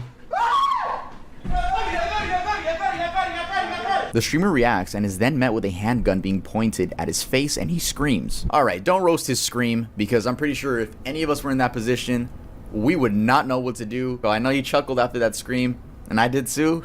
But like, let's not be too hard on that normal scream. One of the thieves goes to keep his wife quiet, and you can hear the kids in the background. The other is beating the streamer repeatedly with brass knuckles, asking where the money is at. How do people think it's fake then? Doesn't have any money, but eventually I did find the name of the streamer, and that's TMoneyFG. It seems he doesn't stream anymore, and I couldn't find a YouTube channel, unless it's the one with 1 subscriber, but I doubt it. I also found his Twitter, and it's extremely botted. 16,000 followers and no likes on his recent tweet. Yeah, a little bit weird. You would think that if he faked this, he would at least gain clout from it. And if he faked it, I don't know if he would scream like that on purpose. Plus, why would you put your kids through something like this? I mean, yeah, I don't think it's fake. A lot of people were assuming that the wife set him up because she was too calm. That was stupid too. You can tell she's trying to stay calm for the kids. So seems like a weird thing to fake if you don't even stream anymore. Can't tell. The video looked. Someone found it. Found the streamer you're asking about. Look up Bees on My Head TV carjacking. He was banned for getting carjacked while viewers were trying to use the VOD to find the guy who robbed them. Twitch came out and clarified their policy in response, stating that streamers are responsible for anything shown on stream. That's exactly what I was thinking of. A carjacking, not a shootout around cars. You're absolutely right. Did he ever get his account back? Because this is like really a hardline stance. Twitch suspended his account for behavior caught on camera and has since informed the streamer he won't be getting it back anytime soon. Thanks again, Security McLovin. breach. No, not the Five Nights at Freddy's game. So 6 months ago, on October 6th, Twitch was hacked and a torrent file containing this was the 25 gigabytes worth of leaks appeared on 4chan, and that included source code, streamer earnings, encrypted passwords, and more. We bring to you today an extremely poggers leak. Twitch is an American video live streaming service that focuses on video game live streaming, including broadcast of esports competitions operated by Twitch Interactive, a subsidiary of Amazon.com. Their community is also a disgusting, toxic cesspool. Beginnings, mobile desktop and video game console Twitch clients, creator payouts from 2019 until now. Find out how much your favorite streamer is really making. And then they link. Did they ever release the second part to this? Jeff Bezos paid $970 million for this, and we're giving it away for free. Hashtag do better Twitch. Though a bunch of stuff got leaked, people mainly focused on how much their favorite streamers were making. I mean, your passwords were at stake, but people were, you know, kind of mad at XQC for being a millionaire, which we all know. We all know he's a millionaire. No, that was a surprise to everybody. Saying they didn't make sense. It's really funny because a lot of Twitch streamers have their sub count like on the top of their heads. They're letting you know that doesn't mean anything. It just takes a little bit of math. And they claimed that a part 2 was coming out, but that never happened. Many people just assume it was an ex-Twitch employee or a Twitch employee who knew they were going to be fired. I doubt it was an ex-Twitch employee. Right, before I go, I'm just going to end this off with a big bang. I'm sure you guys remember the whole Save the Kids thing. Who could forget? When crypto was, I wouldn't say at its peak. I would say at its peak popularity within the internet culture, there were a lot of influencers really taking advantage of this. This doesn't even count the NFT thing, right? This is crypto. Crypto and NFTs are very similar, but they are different, right? Shitcoins versus NFTs. There were a lot of influencers promoting a bunch of scam coins, and once their fans would like buy the coins, they would quickly just take all the money, dip, leave the coin with no value. I mean, even Aiden Ross admitted to doing this. Chat, by the way, that MILF token shit I did a while back. I remember this one. I already told you guys, don't buy that shit. I got paid a bag to do that shit. Like, I don't give a fuck. How many of you guys actually bought it? Oh my god. Which was Ice Poseidon. Now, Ice Poseidon used to be a very popular Twitch streamer. We know this one. In case you guys haven't heard of him, he's very popular for getting swatted. Yeah, that's what he's known for. He once got swatted on an airplane. I actually don't know if I'm allowed to watch his story on Twitch. We all know this one though. He openly admitted to stealing, what was it, 500, what was it, $300 or $500,000 from a shitcoin that he was pumping. Just very open. Watch it? I'll just explain it. I made a whole video on it when it happened. Ice Poseidon was pumping a shitcoin. Somehow his community bought into it. He ran away with 300 to 500,000. I don't remember what number it was, but it was somewhere in that ballpark. And he then went on CoffeeZilla's channel and openly said, yeah, I took the money. I was worried the coin was going to lose some value, so I thought I might as well take the money before it hit zero. And he was just very open and honest. And then CoffeeZilla said, hey, why don't you just give the money back since you still have it? I see it in your wallet. You could give the money back. And he said, I could, but I don't want to. Yep. It was fucking crazy. There's an expression called misery loves company. And today I realized that that's kind of like the philosophy of how I live my life. Whenever I see something that makes me upset, I share it with all of you. If I see something that's embarrassing or gross and yucky, I make sure all of you have to see it and experience it as well. If I have to be traumatized by turbo cringe, so does everybody else. I go full scorched earth, I salt the soil, making sure everyone also has to feel my agony. And I even do that in real life with my friends too. Like if I eat a piece of food that I'm a little concerned might not be fully cooked, like a little raw, and I get concerned about like a foodborne illness, I'll see if any of my friends will eat it too, so that way we can share in the sickness together, so I'm not alone. It's always met with a resounding no, and go fuck yourself, but I at least still do give the attempt. Point is, today I realized that I do that a lot, and I'm about to do it again. There is a trend of streamers that I've talked about quite a few times over the last few years that always make me infuriated.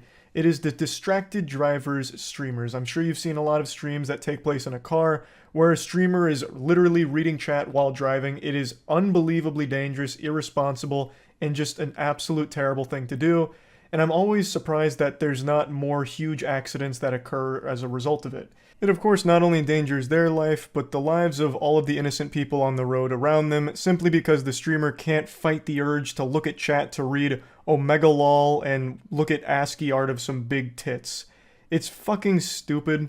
Now it is bannable on Twitch. I'm not saying that they're flying under the radar and Twitch is doing nothing about it. When Twitch is made aware of a streamer that is clearly reading chat while driving, they do take action. Now that's not to say that all driving streams are prohibited, because they are still allowed as long as a passenger is the one that's reading chat, not the driver, so that way it's a little bit safer. But unfortunately, about once a month, there's some little worms that pop out from the shadow that decide to do a driving stream because they're the main character of life. They're the fucking protagonist and everyone else on the road is just their props, so they'll hop in their car and just be reading chat the whole time from their phone, putting everyone around them at risk. And that brings us to my least favorite streamer on Twitch. I'm not going to say her name, but 3 days ago, she was streaming while driving, reading chat on her phone, and she ran over someone's dog. And I'm clearly not going to show you the actual running over the dog because it's very hard to watch and extremely hard to listen to because the animal is wailing in pain for like 45 seconds before the clip cuts off. It's fucking awful. Stukło przed chwilą. Kurwa. Nie wierzę wtedy. Jezus, ile tu psów. Pewnie jakaś macieczkę. It's at that moment she runs over somebody's pet because she was too busy reading chat on her phone. She even mentioned that there were a lot of dogs around and then still made the decision to constantly be reading fucking chat. And it's not like they were saying anything insightful. Like, you can see the chat right there on the screen. There's nothing that is urgent that she needs to be looking down for. It's not like some kind of fucking speed situation where she needs to be reading chat every X amount of seconds or the car's gonna blow up. She could have just not done that, and the person's pet would have probably not been hit. So this fucking clown here that's dressed like Curious George couldn't help but be reading her fucking chat and then ran over a dog. Clearly this made me very upset, so I wanted to share it with all of you so you'd also be upset. Good news is she did get banned for this, but I also think she should be facing criminal charges. Distracted driving, texting while driving, all of that. It's not a joke. Like, at all. And this is a step above texting and driving, I would argue. Because if you go back and watch her clips, she is staring at that phone for like fucking 5-10 seconds at a time. It's not even like she's just like doing one of these. Not that that's any better. But like she was like reading it as if she was like trying to get through a goddamn like Magic Treehouse book on her phone. You know, you would have thought that she was going over important legal documents with the amount of time she spent fucking reading her phone in the car while driving. Obviously, this situation gets me heated. I'm like a microwave with tinfoil in it right now. It is extremely upsetting to see this happen, and this is far from the only case of it. It's just the most recent. There's been plenty of car accidents from streamers reading chat, but usually it just involves them getting into single car accidents like this goofball here who crashed into a parking barrier while reading chat. I also remember seeing one on YouTube where a guy was arguing with someone in chat and then ran a stop sign and got T-boned by a fucking semi-truck. It looked like something out of a Final Destination movie. And to make it worse, he clearly lost the argument because he got hit by a fucking car while arguing. That's an instant L on that entire confrontation, so the chatter even walked away with the dub. It's not uncommon, it's not that rare. Somehow there's always these pathetic little worms, smooth-brained, stupid-head idiots that'll pop on a live stream and then just start reading chat while driving, and it leads to situations like this. And among all of these champions of Darwinism is my least favorite streamer, that lady I just showed you. She was a Polish streamer before she got banned for this, and hopefully she faces criminal charges for it as well. I definitely think that's appropriate, or at the very least, losing her license. I've always been very open and honest about my stance of drunk drivers and how there's absolutely no sympathy I feel for anyone drunk driving. I think the laws should absolutely slap the fuck out of them. Drunk driving has no excuse, and I feel the same about distracted driving when it's as blatant as this. It's been translated what she was saying, and she said, according to this, "Jesus, how many dogs are here?" And then after saying that, goes right back to looking at her phone. So she recognized that there were dogs around the area, and then still decided to read chat because she had got a little notification. That's like actual baby brain shit. It makes me question if she ever developed object permanence. She took notice of dogs around the area, and then assumed they vanished when she looked at her phone or something, like, oh, I can't see them anymore, they must have just fucking phased out of existence, and then she hits one. Like, that is some shit like out of a video game, when you critique, like, bad AI in a game. Like, when a guard sees you, he's like, oh, who is that? I see you over there. But then you like go into a tall bush and he's like, must have been the wind. Like, that's her brain. That must be like how her mind works. The second she can't see something, it ceases to exist. It's clearly very frustrating to me. And I just wanted to vent about this after seeing it today. I just wanted to share it with all of you so you could also be upset about it. And I just wanted to show you who my least favorite Twitch streamer is now. So yeah, that's really about it. See ya. Last night I got sent a clip that made me extremely angry. It's a clip of a streamer playing Madden 21 with his child on his lap, and then he did poorly in the game, like he missed a first down catch or something, and he just went full fucking primal caveman and smashed his controller on the desk, which made his kid start crying and made him even angrier. So then he throws his kid on the chair and then yells at the kid because he's doing shitty in the game. Right away, him playing Madden 21 tells me he already makes bad decisions, but to broadcast your child abuse on Twitch is a really fucking wild one to do. I'll play the clip for you now, but I just want to give a fair warning. I think it's pretty hard to watch, so just keep that in mind, but I think it's important to see how big of a piece of shit this guy is. God damn it! Fucking $300 fucking controller!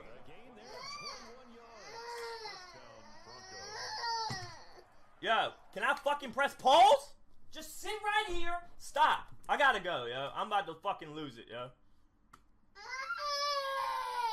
Shut the fuck up!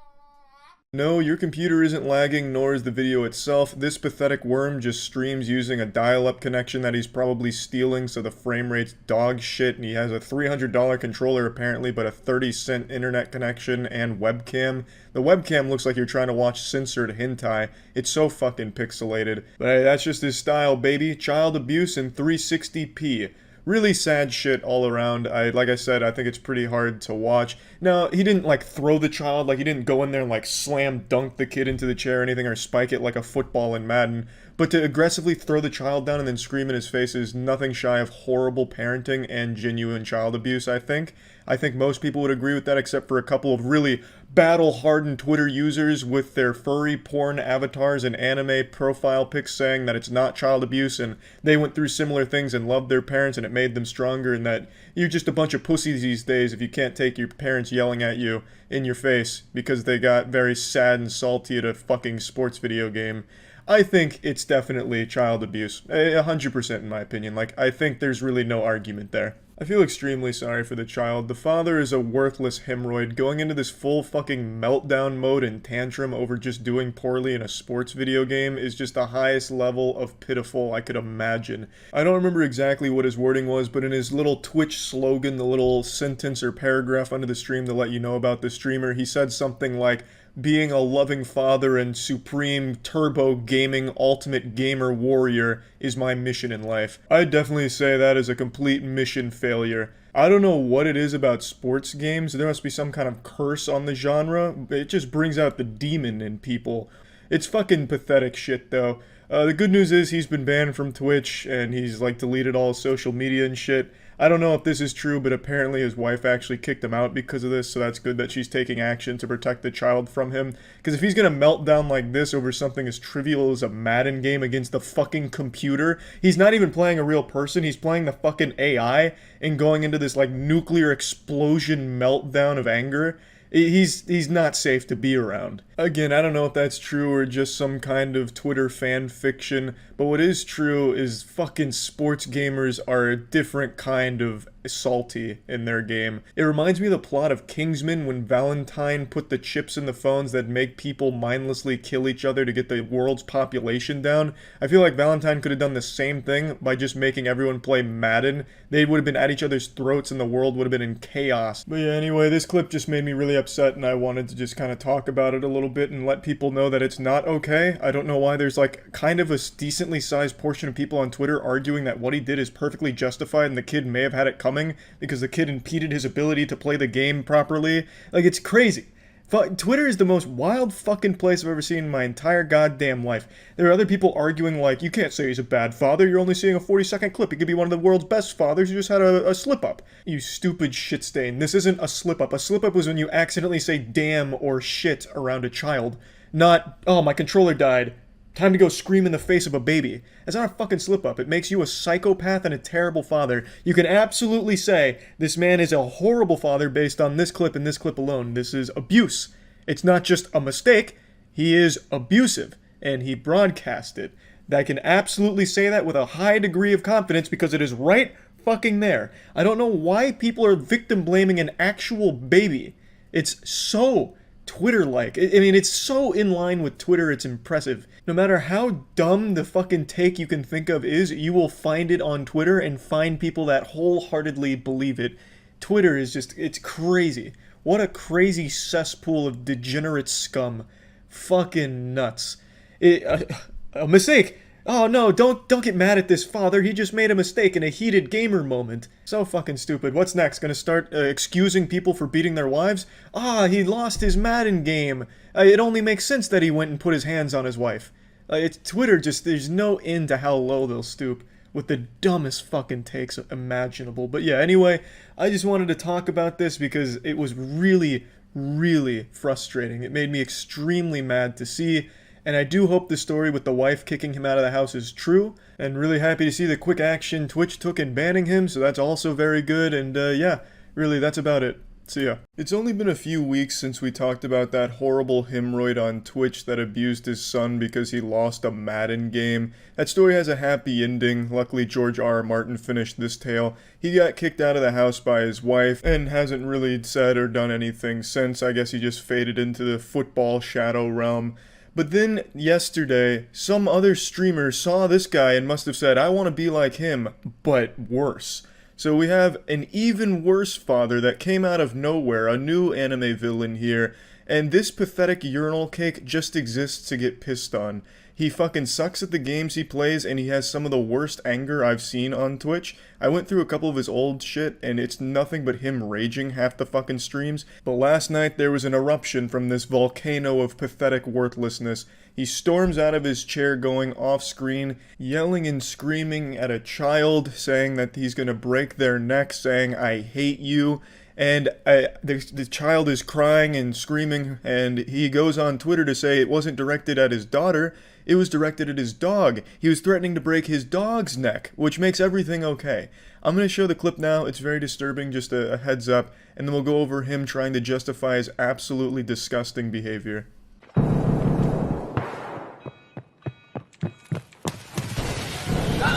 What the fuck, man? Oh my god, dude, I fucking pre-fired him! Dude. Okay! Did you get head jaws by him too?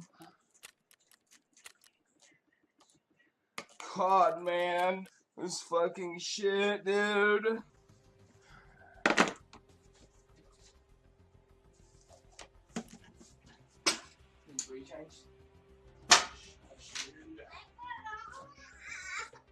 God, stop fucking shitting in it!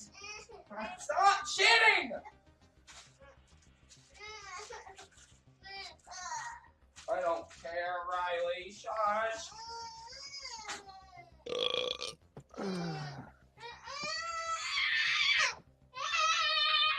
Dude!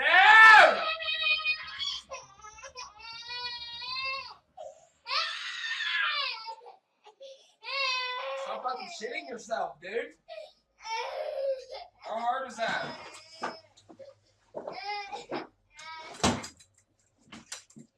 Christ, man. God damn, you stupid motherfucker. God, I fucking hate you, dude. Get the fuck out of my room, bro. Go! Get out! Go! The fuck out of my room, dude! Get out! I'm gonna break your fucking neck, dude. Get the fuck out! He's yelling at a child, but he himself is the biggest child in that house, just having a full-on, whiny, pissed-pants baby meltdown. Oh no! Okay, dude. Oh. All because he just fucking sucks ass at his video game. And of course you could see some gamer tears crashing upon his Dorito-dusted desk as he gets up and then just starts to be abusive towards everyone around him. Now it's important to note that this clip is actually cut. It's not one continuous clip, but it's in two big sections. The first section where he goes, starts yelling and a child is crying as he says to stop shitting yourself, and then it's cut again when he gets up and he says to get the fuck out, I hate you, I'll break your neck. So there is two clips here. And in the first one, I think it's very clear that this is directed at his daughter. And he is a father, he has a daughter, this is his Twitter bio, aspiring gamer, single father of a beautiful 3-year-old, business owner. Look, I'm no fortune teller, I don't have a crystal ball, but I think this clip right here just single-handedly killed your business. I don't know what the business was, probably something fucking terrible though, like he probably sells gaming diapers because he's always shitting himself out of anger in his video games, so probably thinks there's a market for it, not realizing that he's just one of the only ones that gets that fucking mad at games. Now this asshole took a much different approach to the last abusive father on Twitch. That guy just left without saying anything, didn't bother to defend himself. This guy's doing everything he can to justify what happened here. So going on Twitter, we'll go over some of them. He says, anyone who believes that edited ass clip is severely misinformed. While I don't dismiss that I got overly upset, I was definitely 100% talking about my dog. The guy that I banned from my stream edited it to not seem so, but that's what it was. This guy even fucking writes like a child. And there's a lot of problems with this statement here. One, this guy gets about 2 viewers a stream, and I don't think he banned one of those 2 people, and I'm pretty sure both of those people are just him watching his own stream on different devices. The only reason this clip even surfaced is because the guy that killed him is a streamer, and his name is Frizzable, so he checked in on this guy's stream to see how he reacted to the kill, and he got blasted with this disgusting dose of garbage. That's the only reason this clip surfaced. It's not like there was some angry viewer that was just so upset that he got banned from his favorite streamer, Kill MF Cam. That was his favorite place to hang out. That's where the cool kids went to drink brewskis and watch some child abuse on stream. And when he got banned, he just couldn't take it. So he made a video to slander the poor guy. And then another problem with this statement is edited ass clip. There's only one edit. It's a continuous shot all the way up till when the child is crying, and then it cuts again to when he gets out of his chair to yell one more time saying, I hate you and I'll break your neck. It's not like a clip that's edited a lot. There's not a lot of editing going on there. They didn't have to try very hard to make you look like an abusive asshole, because that's clearly what you seem to be. Now in the second clip, it could be directed at someone that's not his daughter, since his daughter is no longer screaming and crying out of fear. So that's possible that it's directed at his dog. But does that make it any better, you cum dumpster scumbag? I don't think so. Animal abuse is still a horrible thing, also still a crime.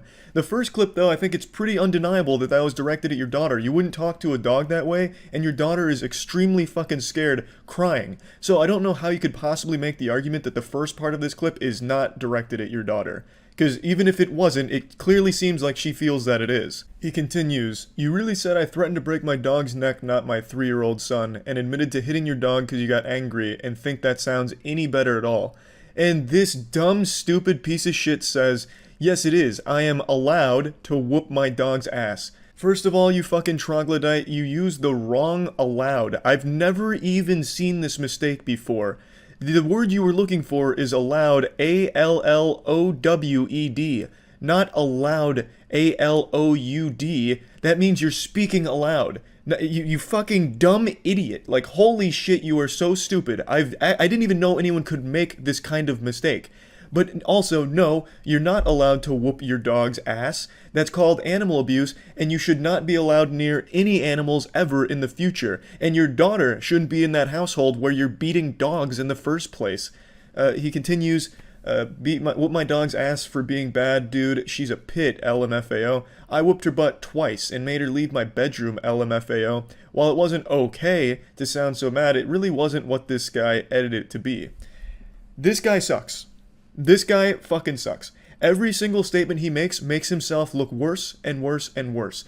This guy is an insufferable asshole who apparently beats his dog in front of his daughter. So this is not acceptable. Even if in some far-off fantasy world at no point in that clip was any of that directed at his daughter, he openly admits to beating his dog, and you can hear his daughter crying about it. His most recent tweet to really cement his place as a good guy, a victim of slander, is this right here.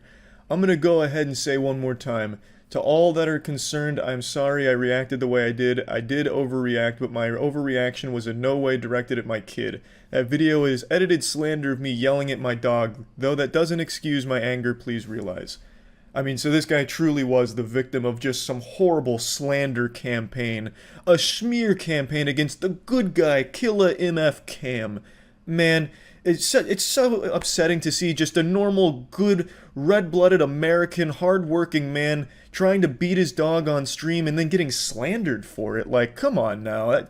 I feel so bad for the guy. Unbelievable that this good man would be the victim of such a horrendous, heinous slander video. Ugh, despicable. So yeah, this guy sucks. Luckily he was banned, so that's good to see. But he's still trying his best to make himself not look like an absolute piece of shit on Twitter, and continues to dig himself further into a hole by making it seem like in his delusioned mind that he believes it's okay to beat animals if they are misbehaving, or just beat them if you're mad at a game. And of course in the clip you can hear his daughter crying about it, so she doesn't like it. So I would argue that you're traumatizing your daughter and teaching her that it's okay to beat things when you're upset. So regardless of how you're going to try and spin this story, and you're not doing a good job of it anyway because you're admitting to a crime anyway, which is beating your dog, that's called animal abuse, that is still a crime. No matter what he's tried, he has made himself look like probably one of the worst streamers I've seen on Twitch. This guy is fucking horrible, and I just wanted to talk about it because this whole thing made me extremely mad. That's about it. So yeah. Recently, Twitch has been wow, I got out of the shower like a little less than half an hour ago, and I am looking like someone's mom in an anime. Holy shit. Watch so much fucking anime, I'm turning into a character. Anyway, Twitch has been making a lot of mistakes. Recently, PayMoneyWubby made an extraordinary video talking about some of the big mistakes they've made. And I wanted to kind of expand on that and talk about something a little more in particular. How the Twitch bans and the moderation team lead to a culture on Twitch that both promotes degeneracy and instills fear in both users and streamers. Now, I stream pretty much daily at twitch.tv/moistcritical. Come stop by if you want to put a few extra inches on your penis. And yesterday during a stream, I said the word Jaeger when talking about Jaeger bombs, which is alcohol related. But immediately after I said that, the chat filled with ban, terms of service, shit like that. And the reason for that is because the Twitch mod team have banned a bunch of streamers for innocent words that they misheard as the N-word or other racist or bad words. So it's created this culture where people are constantly hearing racist words out of innocent words, which is absolutely frustrating and fucked up.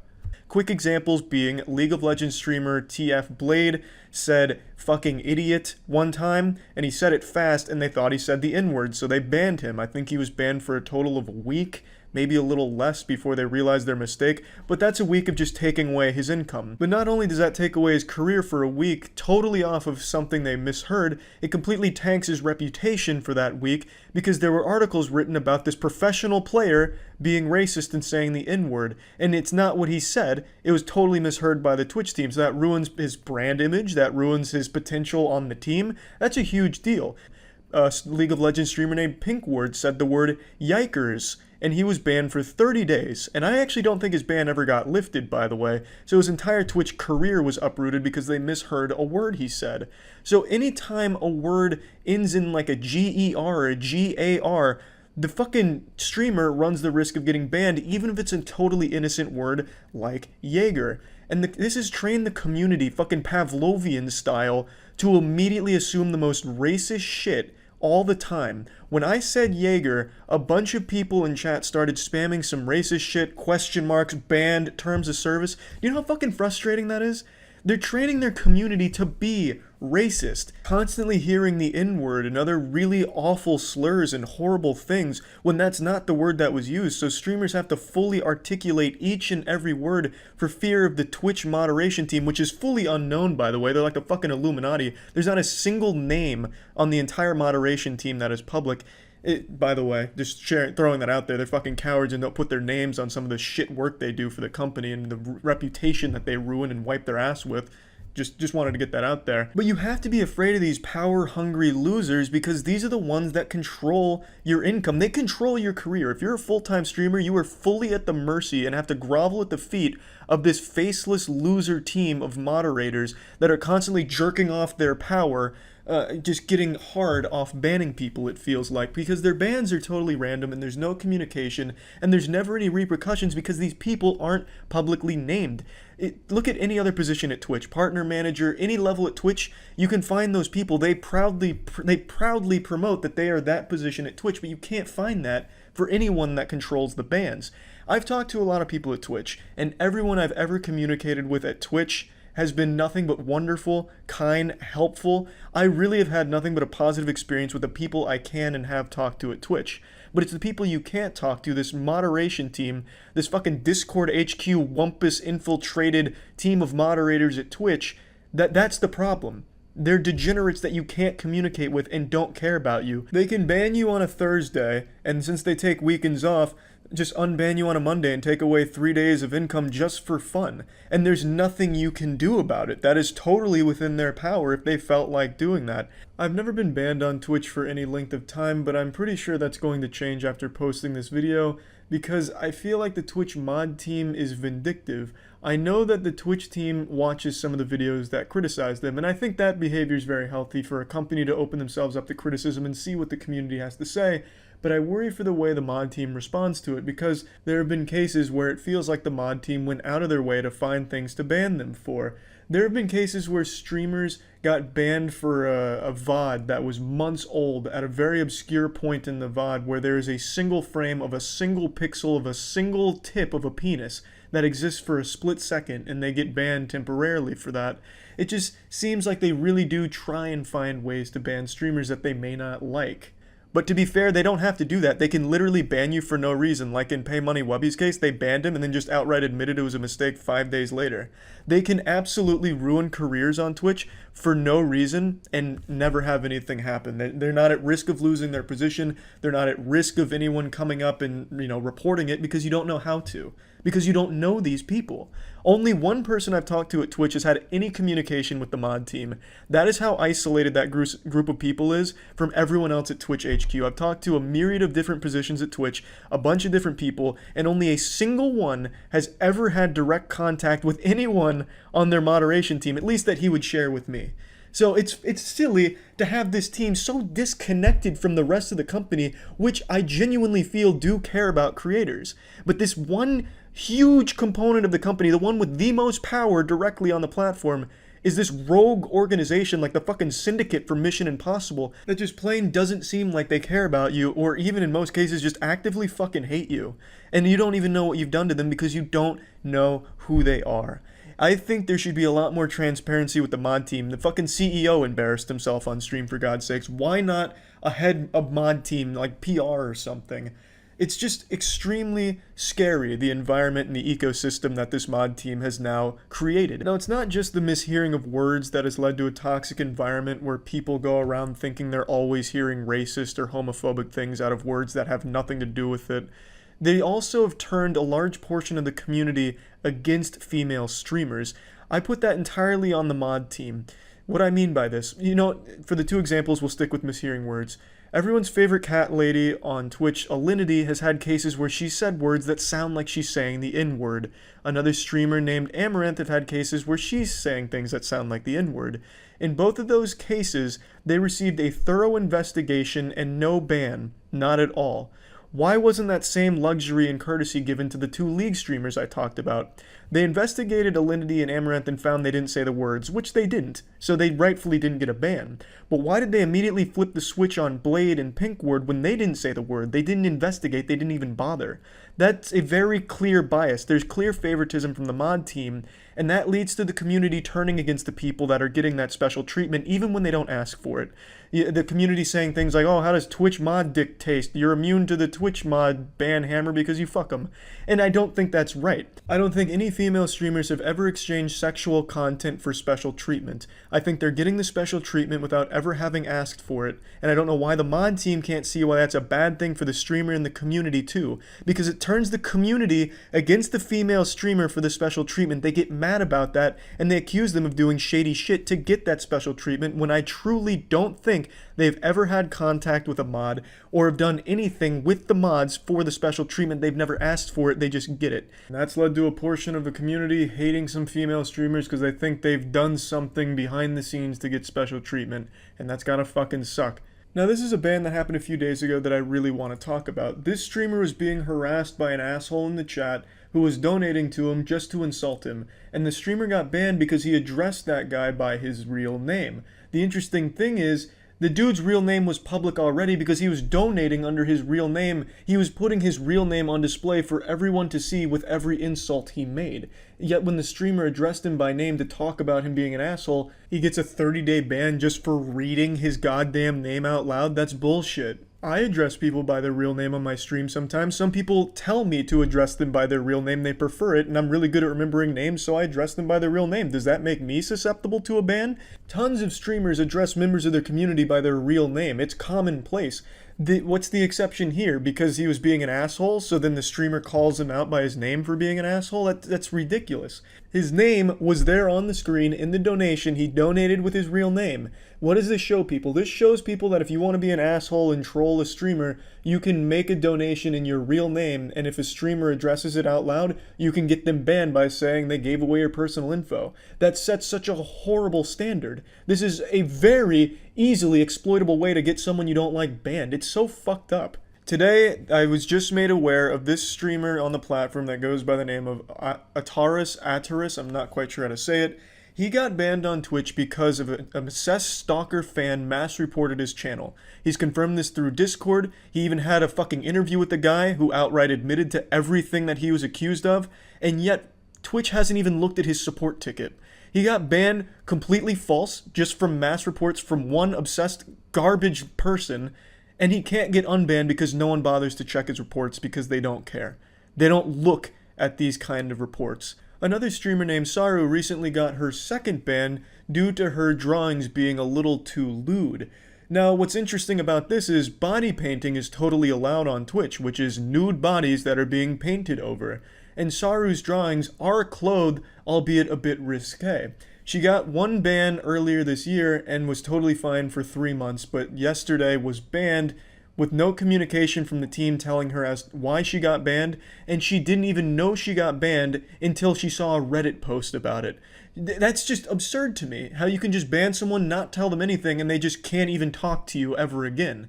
The point being, Twitch has created this entire community of streamers that stream in fear of this mysterious fucking gavel-swinging judge, jury, and executioner mod team coming at them for any reason at all, even if it's totally innocent shit you're saying, and that leads to a community that constantly hears the worst things out of the most innocent things.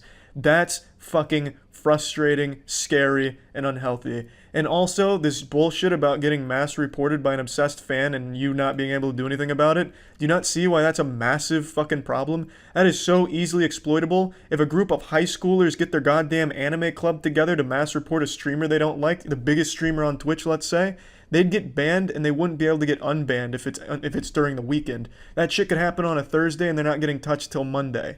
That is not acceptable under any circumstances. It's outrageous.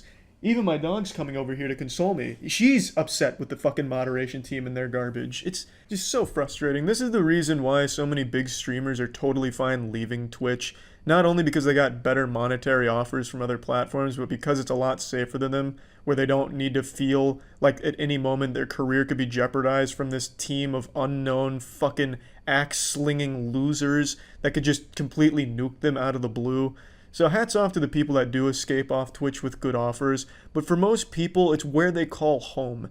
And you've created a super toxic environment in that home where constantly Twitch chat is hearing horrible things out of totally innocent things that was taught to them by the mod team. Now, obviously, a lot of that falls onto the individual edgelords as well, but when they see that behavior from the top-level mod team that is enforcing these bans, it's very clear that that has an effect on the community as a whole and how they respond to certain things. Thus, it leads to a super unhealthy entire atmosphere that's just so fucking toxic. And yeah, that's just about it. I wanted to talk about the impact that bans like this and shitty moderation has on an entire community, and that's really about it. So yeah. How did my whole speech about how I need subs to get the stream going, if you like the content, blah, blah, blah, how that results in 0 subs? There are regulars here. $5 a month! How do you have hours of time to watch me and not $5? I don't know. What are you doing with your life where you have hours of time to watch Twitch and not $5 to provide for the content that you're watching? Because it's like people just really really don't respect me as a content creator. Well, this Parasite's right about one thing. Nobody respects her as a content creator. Now, I'm not going to mention this streamer by name because I'm pretty sure she loves negative publicity. She does fucked up shit all the time just to get her name out there. She subscribes to the idea that all publicity is good publicity, but fails to realize that when you as a person are your own brand and rely on people liking you for money, having a negative public image literally fucking ruins you. And this one is definitely bigger than she anticipated because no one likes someone this shamelessly greedy. She is a streamer who runs political talk shows, but the majority of the stream is spent begging and shaming people into giving her money. And it's some of the most pathetic shit I've seen on Twitch, and I've seen a lot of pitiful, sad shit on Twitch. I saw a man finger his butthole for a $20 donation on Twitch, and I still have more respect for that than I do her. At least him sticking his fingers in his asshole was more fun than all of her streams combined. And somehow him putting nearly his whole fist in his chocolate starfish was still classier than any of this girl's streams. At least he had the decency to not shame the viewers into giving him $20 for sticking fingers up his brown balloon knot. He wasn't on stream going, hello, you broke cheap-ass viewers. I'm sitting here with my beautiful asshole goat seed into the camera, and nobody's giving me $20. My speech about giving me $20 and I'll finger my asshole didn't give me any money. What the fuck is wrong with you? He was very simple about it. He's like, you know what, $20 and I'll finger this asshole right here. You don't have to do it, but if you do, I'll fucking finger myself. And that's how it went. She's over here making a whole song and dance about it, making everyone just feel fucking uncomfortable, and she feels so entitled to their money, which she absolutely doesn't deserve. She provides no value whatsoever. You might as well just flush $5 down a toilet. That's more value than giving it to this girl. Expecting like, how are you consuming this free entertainment? Like, how do you think free entertainment is available to you? It's because other people actually provide money so you can be a cheap ass. That's it. Other people provide money because they're generous and they see like a thing that they want to support, a form of entertainment they want to support, and then you leech. But that's the reality of it, period. Period. If you're watching Twitch as a non-donating, non-sub, you are leeching. Does that mean that you should feel bad about it? I don't know. But the reality is that you are leeching. Such a laughable sense of entitlement, especially when she has no talent at all. Also, she's not making $0 from viewers that watch her for free. Twitch itself places an ad at the beginning of your stream, so when someone clicks on your stream, you're getting money just from that click. And I'm pretty sure she plays ads throughout her streams, which also gets her money from viewers that aren't donating or subbing to her. So I don't know why the fuck she thinks she possibly has the right to complain about not getting an extra $5 from people that either can't afford to or just don't want to because she isn't earning that $5. And she absolutely isn't earning that $5. All she does is insult the chat. She doesn't provide anything at all of value, and I'm pretty sure she hates streaming and only does it to just try and get money out of viewers or guilt them into giving her money, which is super shitty. I'd say 95% of all streamers, myself included, I stream daily on Twitch at twitch.tv/moistcritical. Come stop by if you want to put a few extra inches on your penis. I'd say 95% of all streamers do it just because they love streaming. I know I do. I don't think the majority of streamers are going around just constantly begging for subs and donations, but I know there definitely are a few, her being the biggest culprit, but I'd say the majority of streamers aren't like that. Chat, I haven't got a donation or a sub for an hour. What the fuck? For an hour? What the fuck?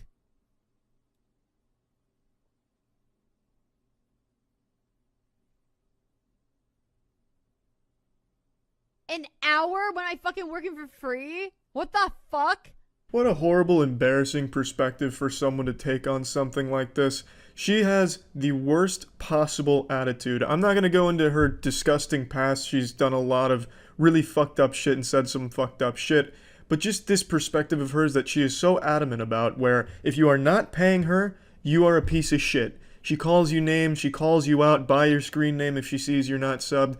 She is the most standoffish, unlikable person on that platform. And it's gotta be kind of embarrassing to be a subscriber to this girl because she's openly hostile and doesn't give a fuck about it. Only there to siphon $5 out of your wallet every month because she feels entitled to it, as if you're just holding her money for her because you flip on her stream to fall asleep to it once every 3 months. But yeah, this narcissist is probably the greediest person on Twitch. She's like the Mr. Krabs of streaming, but not nearly as cool as Mr. Krabs because she has a shitty personality, a horrible attitude, and the worst perspective on things on that entire platform. And the reason why this is getting retweeted and liked so much is because she's an attractive woman who didn't act like a nice person, which is what makes sexually frustrated incels angry. Woman not acting, woman out of her place, me mad. Yeah, this hero decides to make it an issue about her being a woman, despite the fact that that is irrelevant to why people don't like it. It's because people don't like someone that says shit like that, and it is that greedy and that disrespectful and that entitled. It has nothing to do with her being a woman. But this guy's trying to score some of those brownie points. Oh, streamer, please look at me fight for you on Twitter. Please let down your long hair so I may take my $5 and climb up and woo you over. It's also really cute that Mike over here decides to call everyone that disagrees with her perspective an incel when he himself is like the fucking king of incels. Check out his first interaction with the streamer. That's fine. I think that's fine. So if a guy pays for my tab, I think I'm getting your attention. I feel like I touched like a vampire touching holy water. can I help you? I think they want to go in. Okay. Whoa there, Mike. I think you made her a little too wet with that alpha energy. Yeah, man, you've definitely got a lot of room to be tossing the word incel around, huh? With game like that? What a fucking player. Great work, Mike. There are people sticking up for her, of course. Buyer's remorse. They've already paid for the subscription, and now they feel like they need to justify it to everyone in the world. Like what you like who you like. It's totally fucking fine. But there's very clear reasons why people don't like what she said that have nothing to do with her being a woman, Mike. It has to do with her attitude and her disrespect and that sense of entitlement that she thinks everyone has to fucking pay her to watch her, and then she guilts them into it and shames them and makes them fucking feel bad and attacks them for it, which is wrong, Mike. It's just fucking wrong, and it's shitty. It's a bad look and it's pathetic. But anyway, yeah, that's about it. So yeah.